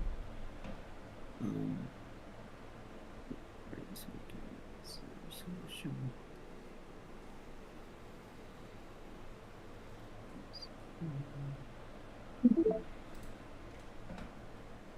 Okay. I have this solution, and yeah, it's the same solution as was mentioned at Aditya. Yeah, it's like you build the sets, you add each the current set. It's like he mentioned. It's like a tree of some state. Like you take this one and you build this. You have at the first moment you can say you have an empty set, and you can have some decisions like you can say in this take one. So that means you are going to add 1 to your solution, to your set, and after that you can also say take 2, and you are going to add 2 to that set. But if you know, in this process you already have these three possible sets, and these are your current solutions that you are building. So while I'm doing this, I mean, and I'm just saving every subset current set, just a copy. So that means I save this, or I add to my group of sets this, and this. And after I just take two, I just remove this one. It's like just start. You also need to have to know which is the next. Like in this part you take one, so that means the element in the index 0, because this arrays has some index. This can be 0, 1, 2. It's like take the element in the 0 position is just 1, and the next one is going to be just in the second position is 1, 2, and so on. And you can remove, you can try to remove to start another set. Like you can say, now I want to take 3. So that means once you remove 2, I forgot to say, sorry,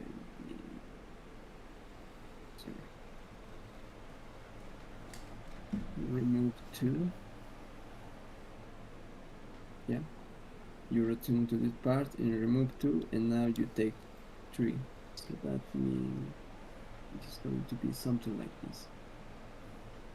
So you define your recursion solution in this way. It's like recursion is just some kind of you are in some point and you just take decisions. These decisions are like you are calling to the same method, like build sets. I just pass the current set, add the element in that I mean, where I going to start the index, like I say I'm going to start from 0, so I'm going to add the element at the 0 index, that's 1, and after that I'm going to take the element at the 1 index, that's 2, and so on. So in every time once I use that element, I just say it after I use that element, I need to pop that element. That pop, it means remove the last element that I use, like 2. 2 is the last element on my current set, so it's like one step back and remove these 2 and just take the next one, and that's 3. That's one solution. Like plain idea, it's the same, but there is also another solution with this bitmask stuff. I'm going to share that one after. This bitmask technique is like you build some kind of bits. Like if we have this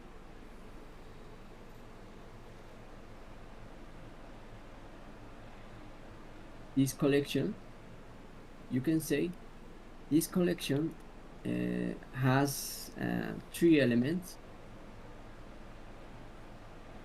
and you can use some binary representation to explain or just to figure out which are the subsets. So like this, you can say 0, 0, this means I not using any element, so it's empty. And you can say 0, 0, 1. This means I'm going to use like the last or the first element. We can say like the last element. This one means take the last element. It's like you are just mapping this with 0, 0, and 1 in this way. So that means this is the set 3. And you can also set like this is 0, 1, 0. This is just take the second element, that's 2. Which is the next one? The next one can be like 0, 1, 1. And that means take the second and the last one. And so on. And this is going to be like take just the first one. And we can say this is going to end with this. Just take all the elements. And if you notice this 0, 0, 1, 0, 0, 0, 0, 0, 0, 1, 0, 1, 0, this represents 0, this represents 1, this represents 2, this represents 3, this represents 4, and so on. This must be 7.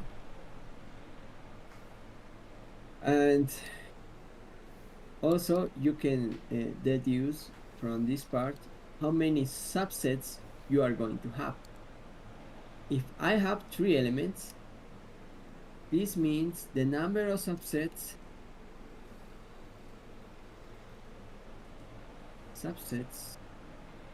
is going to be equals to 2 power of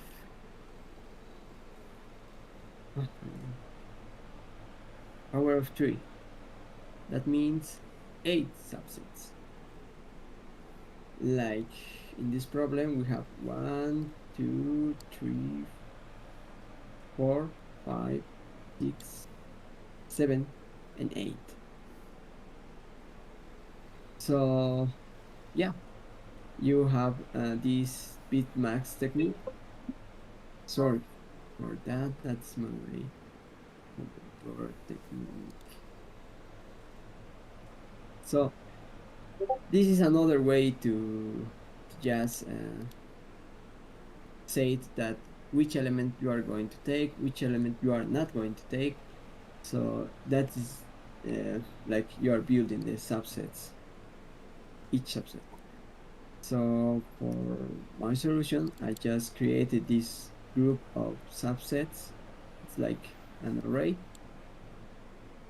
and iterate for each bit set.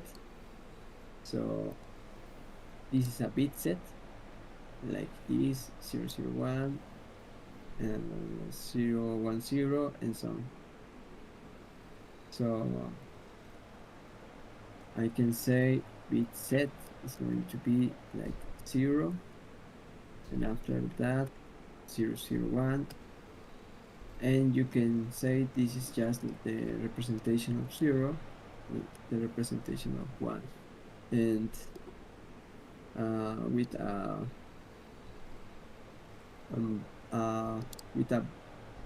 number, a decimal number, that means like an integer from 0, 1, 2, 3 until I reach before I reach 8, because you can say this, it goes from 0 to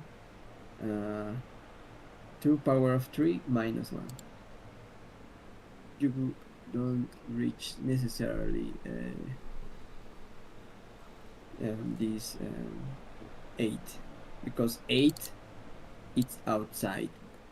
8 just take 4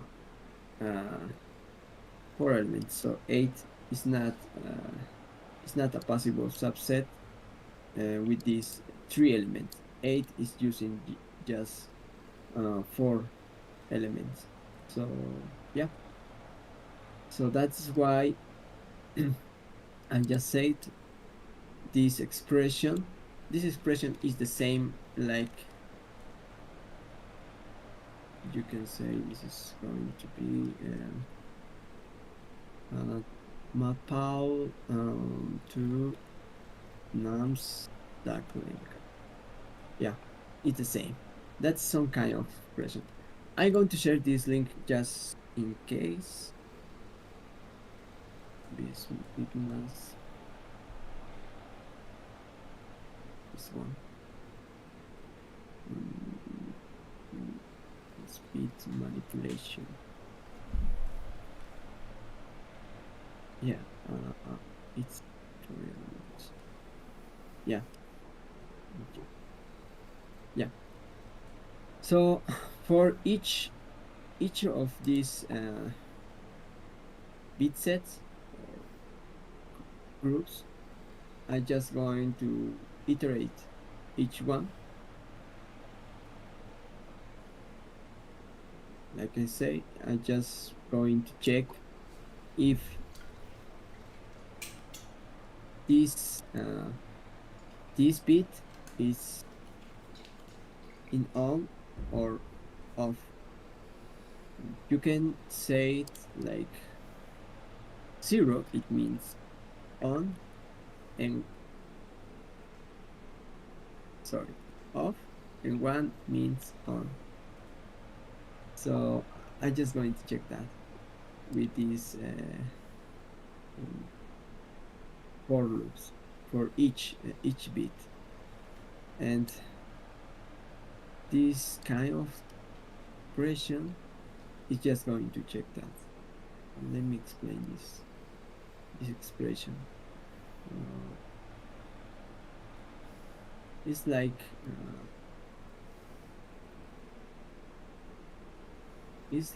if I take this group,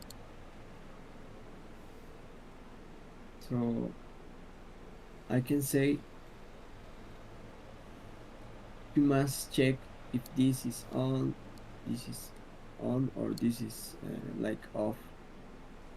And in order to do that,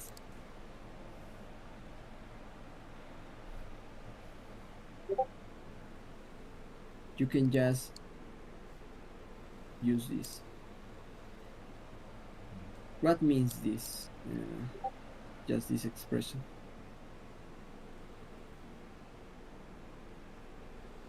This means like how many positions in a binary way you are going to move one to the right, sorry, to the left. Like if I say this kind of expression, it means move 2 positions. So that means it's going to be something like this: 1 position 0, 1 position 2, and 1 ends in this part. If you say just 1, it's going to be something like this. And if you say 3, it's going to just add 3 zeros. So I'm just going to check if every bit is on or is off with this. It's like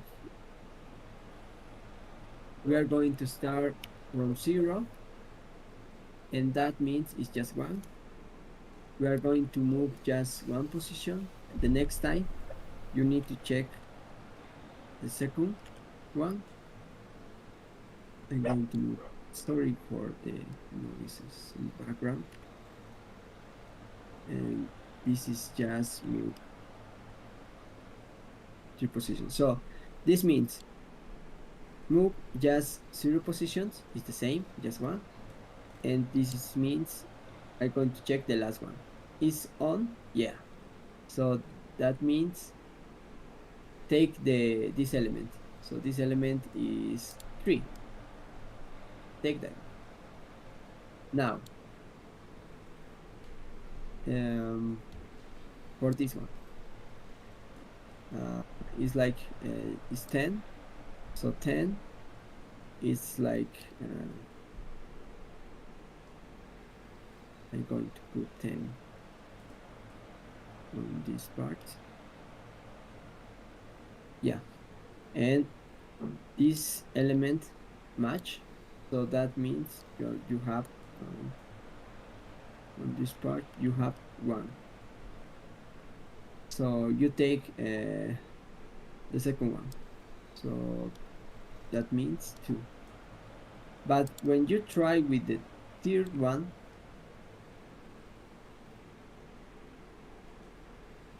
there is nothing too much for tier 1, so you don't take that one. So that means you don't take 1. So you just take these 2 elements, 2 and 3.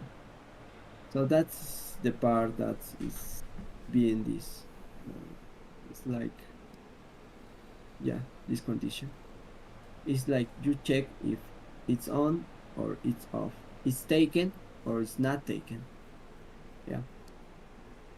And if it's taken, just add to the set. And once you check for every position, so that means go from 0 to 2 because we have just 3 elements. Once that is done, just add to the subset group and return them. So yeah, that was my solution with this bit set. I have a question. Yeah. So I understood that you are checking whether that particular bit is set. Let's say 1, 2, 3 are the numbers. So if the second 2 number bit is set or 1 number bit is set. But like where are you like setting and unsetting the bits? Because you need to do that, right? Like set, like let's say 1, 2, 3. So you set the 1 and the 3 bit, but then you have to unset and then set some other bit, right, to create those many subsets. So how is that doing that? Like setting and unsetting the bit, because this condition is just checking if the bit is set, but how is Yeah. it setting it? Like Yeah. I'm not doing that because you have this you are getting this bit set. oh, okay, it is creating those combinations. Oh, okay, okay. You are creating these combinations. That's the point. Like I'm going to just to print this one. Yeah, that's a good question. Yeah, I'm just, it's like, yeah, you have the combinations. You don't need to clear to turn off the bits. Yeah. Okay, okay, got it. Yeah. This is for the combinations. Yeah, that's what I was saying. Oh, okay, okay. Yeah, now it's clear. Okay.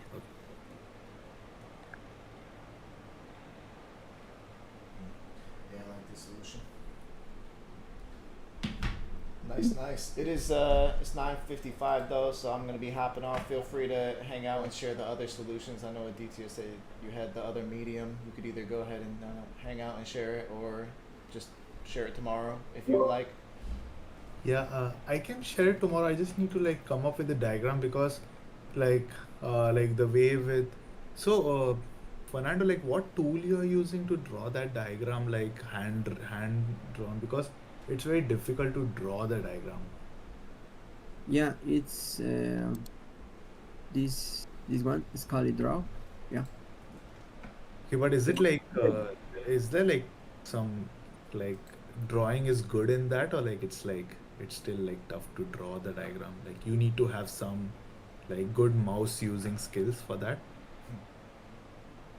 No, it's just like a paint online. Yeah. You Okay. can also have use some pencil like a paint, but it's I think you can I am just using text, not the pencil. Yeah, but yeah, it has this that Yeah. it has that too. Yeah. Yeah, I mean, Yeah, like, I mean, like you basically had that, like you, like you had those zeros and all basically handwritten. So I thought that you were using pencil to draw those elements, word and all. No, that's the application. Okay, okay. Yeah, then it's good. Yeah, I'll try to use this, and yeah, like I'll try to get used to this diagram, and then it would be easy like to like explain as well, because it's very difficult to like write the tree, draw the tree in like the chat. I mean, Yeah. yeah, I can present tomorrow, Jim. Like I mean, probably. All right, cool. Alrighty, cool. Feel free to reach out to me anytime, y'all. Thanks for coming and sharing solutions and all that. And I will see you all tomorrow. Have a good night.